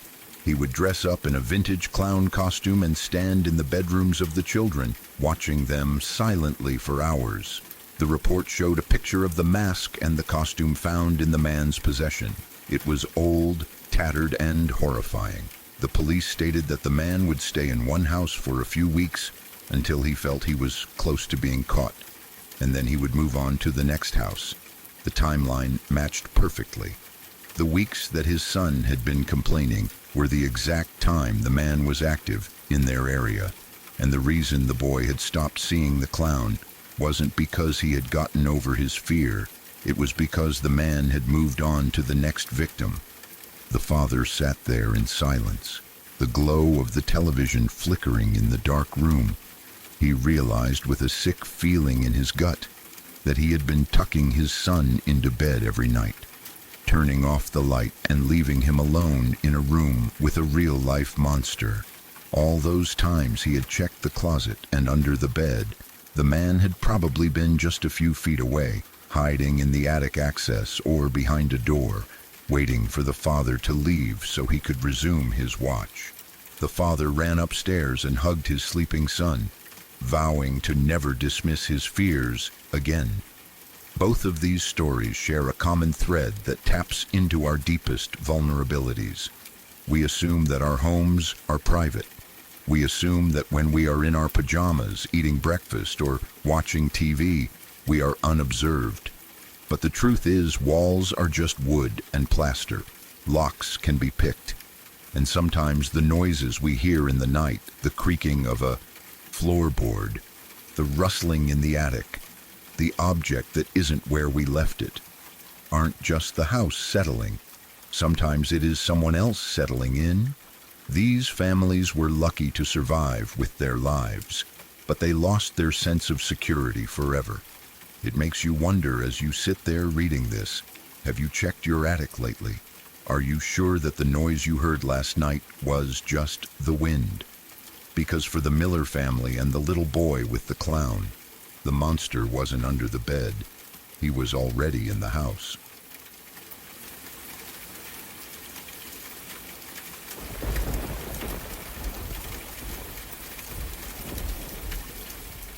Growing up, I was the last person you would expect to believe in ghosts or the supernatural. In fact, I was actively hostile toward the idea. My skepticism wasn't born out of a lack of exposure to the subject, but rather an overexposure to it. My mother was an alcoholic who also described herself as a psychic. Throughout my childhood, our house was filled with the smell of cheap wine and the constant chatter about spirits, energies, and messages from the other side. Because of her addiction, the lines between what she claimed to see and what was a product of her intoxicated state were always blurred. I learned to associate the supernatural with instability and chaos. Whenever she starts talking about spirits, I would roll my eyes so violently that I am surprised they didn't roll right out of my head. I became a creature of logic and hard facts, rejecting anything that couldn't be proven or touched. I wanted the world to make sense, unlike the unpredictable environment I lived in. This background is important because it highlights just how much it took to shake my worldview. I didn't want to believe in the paranormal. I was forced to. It all goes back to about 10 years ago. I was a teenager then, full of that specific kind of arrogance that only young men seem to possess. I had a close friend, and we spent most of our free time together. We fancied ourselves to be teenage philosophers. We will walk for hours having these long-winded, pretentious conversations about the state of society, politics, and how we were going to change the world. We thought we knew everything there was to know, but we didn't even notice when the world changed us. One of our favorite routes was a path through a specific park on the way back to his house. It was a shortcut, which made it practical when we had a curfew to meet. but it was also a beautiful route. It ran along the water, skirting the edge of a gorge. In the daylight, it was scenic and peaceful, a place where people jogged and walked their dogs. But at night, the atmosphere shifts entirely. To understand what happened to us, you really need to visualize the layout of this park. It wasn't a manicured city garden, it was a slice of wilderness that cut through the suburbs. The main trail was a long, paved path known as the Galloping Goose Trail, which is quite famous in our area. Branching off from this main trail was a smaller, curving path that circled a small inlet of water along the gorge. As you walked up the hill on this path, the streetlights that lined the main trail stopped suddenly. They cut off just before you entered the woods proper. However, there was one solitary light post further up the hill, standing like a lonely beacon or a lighthouse against the encroaching dark. Beyond that single light, the path continued into a dense wooded area, crested over a steep hill, and then wound its way back down. The geography of the place was deceptive. At one specific point on the path, if you looked through a break in the trees, you could see an old, broken-down house peering back at you. It sat there, rotting away, completely out of place. The strange thing about this park was the feeling of isolation. Even though you were never actually that far away from residential houses and convenience stores, the density of the trees and the sound of the water made it feel like you were miles away from civilization. When the sun went down, the park stopped being scenic and became foreboding. It was incredibly dark, the kind of darkness that feels heavy and suffocating. On this particular night, my friend and I were walking this route just as we had done 100 times before. We were deep in conversation, debating some topics that seemed incredibly important at the time, but is now lost to remember. We were walking up the hill, approaching the transition from the lit path to the wooded area. As we got close, the last streetlight, that lonely beacon on the hill, flickered and died. It didn't just dim, it went completely black. At the time, I found it to be a bit odd, just a coincidence of bad timing and old infrastructure. It wasn't especially noteworthy, and it certainly didn't stop our conversation. We just kept walking, stepping out of the fading glow of the lower lights and into the absolute pitch black of the woods. We crested the hill and started walking down the other side. The air was cold, and the only sound was the crunch of our shoes on the gravel and the wind in the branches. Then the noise started. It didn't begin gradually, it didn't build up from a whisper. It was suddenly just there, and it was impossibly loud. It was a sound that had physical weight to it, a sound that vibrated in my chest and made my teeth ache. Now, I don't know about you, but when I am faced with something scary, my rational mind immediately goes into overdrive trying to explain it. I try to find a logical box to put the fear into so I can manage it. As this roar overtook us, my brain scrambled for an answer. I told myself it was a helicopter. That makes sense. It sounded like the beating of rotors, a rhythmic thumping that was merely flying dangerously low to the ground. I clung to that explanation for a few seconds, but as the source of the sound got closer, the clarity of the audio improved, and my heart sank into my stomach. The illusion of the helicopter shattered. The sound was all around us. It wasn't coming from above. It was surrounding us on all sides, a thunderous roar that engulfed the entire forest. I looked up instinctively, expecting to see the lights of a helicopter or a plane, but the trees were perfectly still. They were black silhouettes against the dark blue evening sky, motionless. There was no wind caused by rotors. There was no machine. Then the roar separated into distinct layers. It wasn't a single mechanical noise. It was organic. I heard voices. It wasn't just 10 voices or 20. It sounded like hundreds, maybe thousands of people. It was a chaotic, distorted cacophony consisting of speaking, whispering, and screaming all at once. It was a wall of human sound. I couldn't make out individual words or sentences, but I knew with absolute certainty what I was hearing. It was the sound of a crowd in panic, a mob of terror. It was the most awful thing I have ever heard in my life. The sheer volume of it was disorienting, making me feel dizzy and small. We froze. My friend and I just stood there in the darkness, paralyzed by this auditory assault. And then, just as strangely as it had begun, the sound began to fade. It didn't stop suddenly. It drifted away from us, moving through the trees like a physical wave, getting quieter and quieter until it was gone. The silence that followed was deafening. We looked at each other in the gloom. We didn't say a single word. We didn't need to. We both turned on our heels simultaneously and began to walk back the way we came.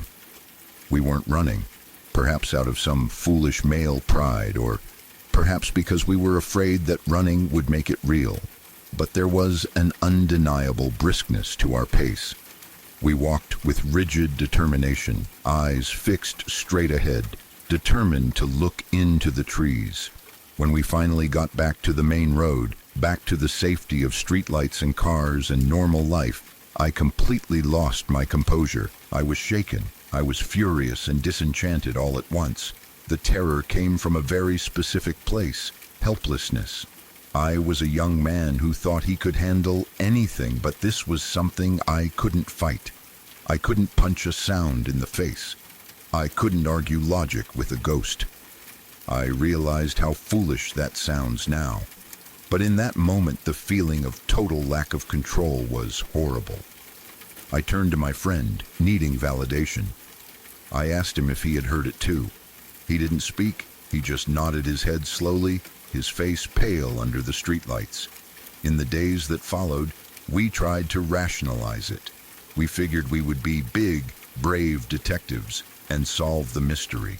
We wanted to find a logical explanation that would make us feel better, so we could go back to being arrogant teenagers. We started looking into the history of the area. We went to the library and looked through old archives and newspapers. It turns out that our sleepy little town didn't have much history of excitement, except for one major tragedy. Years ago, there had been a massive bridge collapse. A trolley bridge that crossed the gorge had failed, plunging people into the water below. The details of the tragedy sent a chill down my spine. When the bridge collapsed, the bodies of the victims were carried by the present. They were dragged up onto the shores of the inlet, the very same shores that the path we were walking on circled around. The realization hits us like a physical blow. The voices we heard, that chaotic screaming and panic, sounded exactly like the echoes of a disaster. We had been walking through a graveyard of sorts, a place where a massive loss of life had washed ashore. We also looked into that creepy house I mentioned, the one that stood alone, peering through the trees, derelict and foreboding in a row of otherwise normal homes. We decided to go check it out during the day, thinking maybe the sound had come from squatters or a party there. When we got there, the feeling of dread I got from that place was overwhelming. It wasn't just a rundown house. It felt wrong. There was a massive amount of lumber sitting in the yard, piled up in messy stacks, just rotting away in the rain. It looked like someone had started a renovation project and then fled in the middle of it. We went back to the city archives to find out more about the property. Information on the house itself was surprisingly hard to come by. It took some digging, but we eventually found out why. The house hadn't always been there. It was originally built on the other side of town.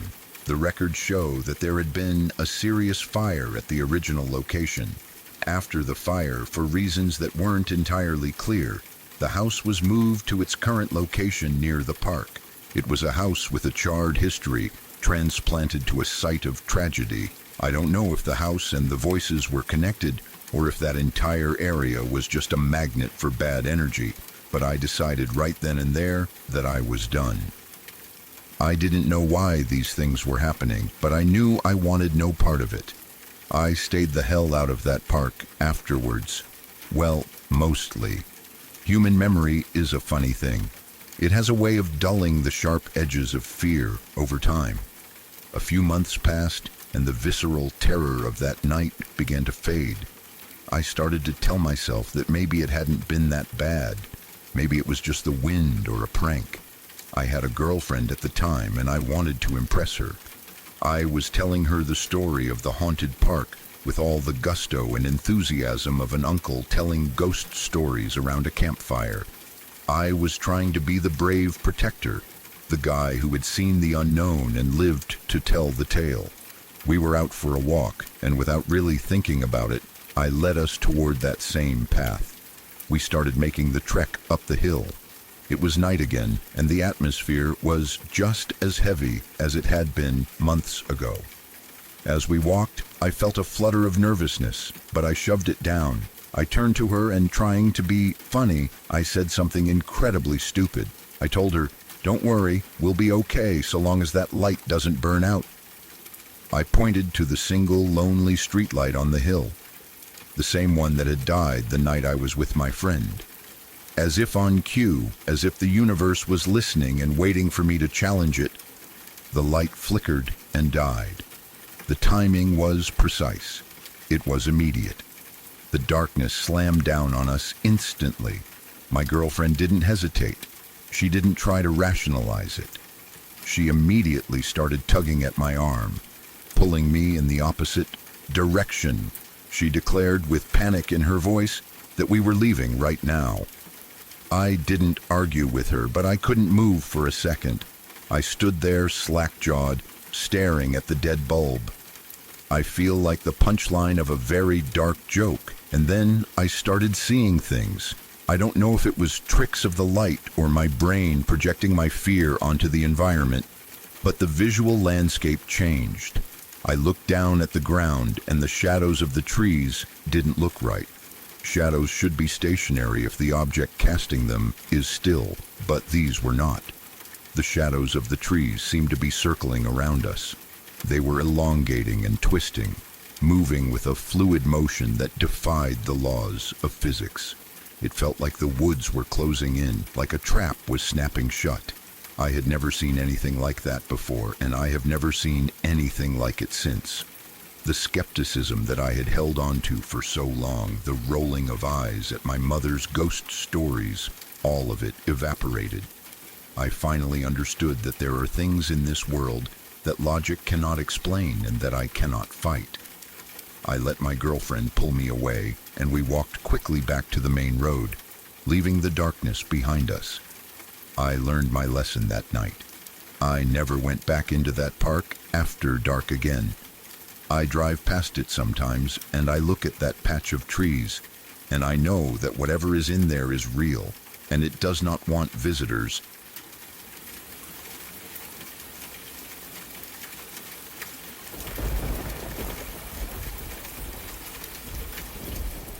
Back in the 1920s, our town was a much smaller place, the kind of town where everyone knew everyone else, and news traveled faster than truth ever could.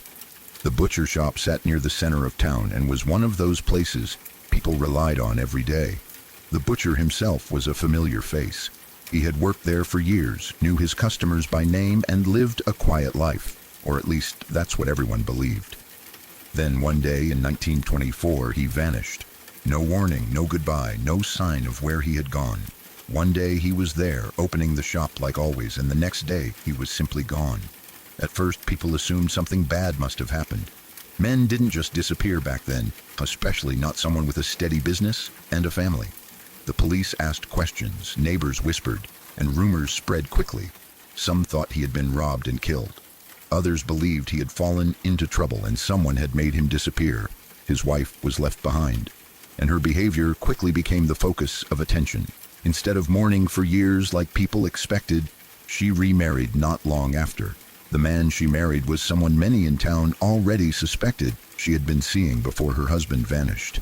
That alone was enough to make people uneasy. When this new man stepped into the butcher shop and took over the business, suspicion grew even stronger. To many townspeople, it looked like the perfect crime. A husband disappears, the wife marries her lover, and the lover benefits by taking over the butcher shop.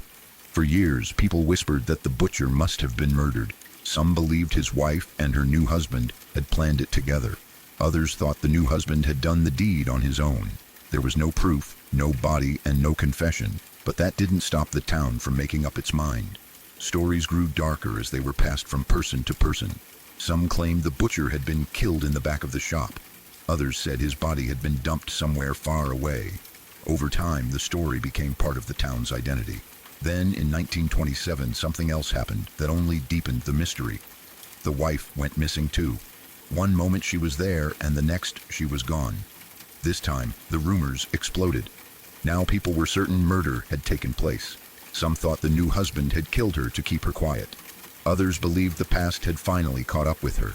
The town was convinced it was dealing with a chain of murders, even if no one could prove it. As the years passed, the story became local legend. Children grew up hearing it. Teenagers dared each other to talk about it late at night. Adults repeated the story like it was fact. The butcher, his wife, and the mystery surrounding them became frozen in time. People stopped asking new questions because everyone thought they already knew the answers. The case went cold, not because it was solved, but because there was nothing more anyone thought could be done. Decades went by. Generations passed. The butcher shop stayed open, passed down through shared ownership. The man who inherited it after everything happened kept it running, and then his family did the same. By the time many people were alive to remember it, the story felt ancient, almost like a ghost tale tied to the town itself. Then, in 1993, everything changed in a way no one expected. A kid at the local school was assigned an editorial project. Instead of choosing something simple, he became interested in the town's old mystery. He started digging through records, newspaper clippings, death certificates, and missing persons reports. What began as curiosity slowly turned into something bigger. The pieces didn't fit the story everyone had believed for so long. The kid noticed small details that others had ignored or forgotten. He found records suggesting the butcher had been unhappy long before he disappeared. There were hints of an affair on his side, something no one had talked about. When he looked deeper, he found evidence that the butcher hadn't been murdered at all. Instead, he had run away to be with his own lover. He had left town quietly, choosing to disappear rather than face scandal or confrontation. Then came the truth about the wife. Her disappearance in 1927 had been surrounded by rumors of violence, but the facts told a different story. She hadn't been killed. She had been in a car with friends when it went off a cliff.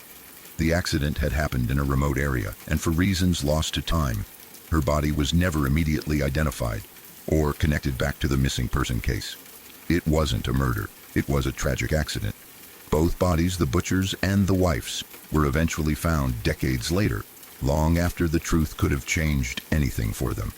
Their remains were identified, and the timeline finally made sense. No one had killed anyone. There had been no grand conspiracy, no violent plot carried out in secret, just two people who made choices that led them away from their old lives in very different ways. When the kid published his findings in the local newspaper, the town was stunned. People didn't know how to react at first. For generations, they had believed they were living with the aftermath of a double murder. Now they were being told that no murders had happened at all. It felt strange, almost disappointing to some and embarrassing to others. The story everyone had sworn was true turned out to be built on assumptions and rumors. There was something sad about it. Lives had been judged, reputations destroyed, and fear passed down for decades over something that never happened. There was also something scary about how easily a town could convince itself of a lie and hold on to it for so long. At the same time, there was a dark humor to the truth. After all those years of whispered accusations and dramatic stories, the reality was almost boring in comparison. The butcher shop is still there today. The man who inherited it kept it alive, and now his great-great-grandson runs it. People still shop there, still talk about the past, and still shake their heads at how wrong everyone was. The story hasn't disappeared, but it has changed. It's no longer about murder. It's about misunderstanding, human weakness, and how stories grow when the truth is missing. Looking back, it's hard not to feel conflicted. The whole thing is tragic in its own way. A man ran away from his life. A woman died in an accident. A town spent decades believing something that wasn't true. And yet, there's something strangely fascinating about it all. It shows how history isn't always what we think it is, and how sometimes the truth is hidden in plain sight, waiting for someone curious enough to connect the dots. If tonight's story stayed with you, leave a like. Subscribe if you're drawn to the quiet kind of horror, the kind that doesn't need to shout. Some things don't chase you, they just wait. This is LURK. I'll see you next time.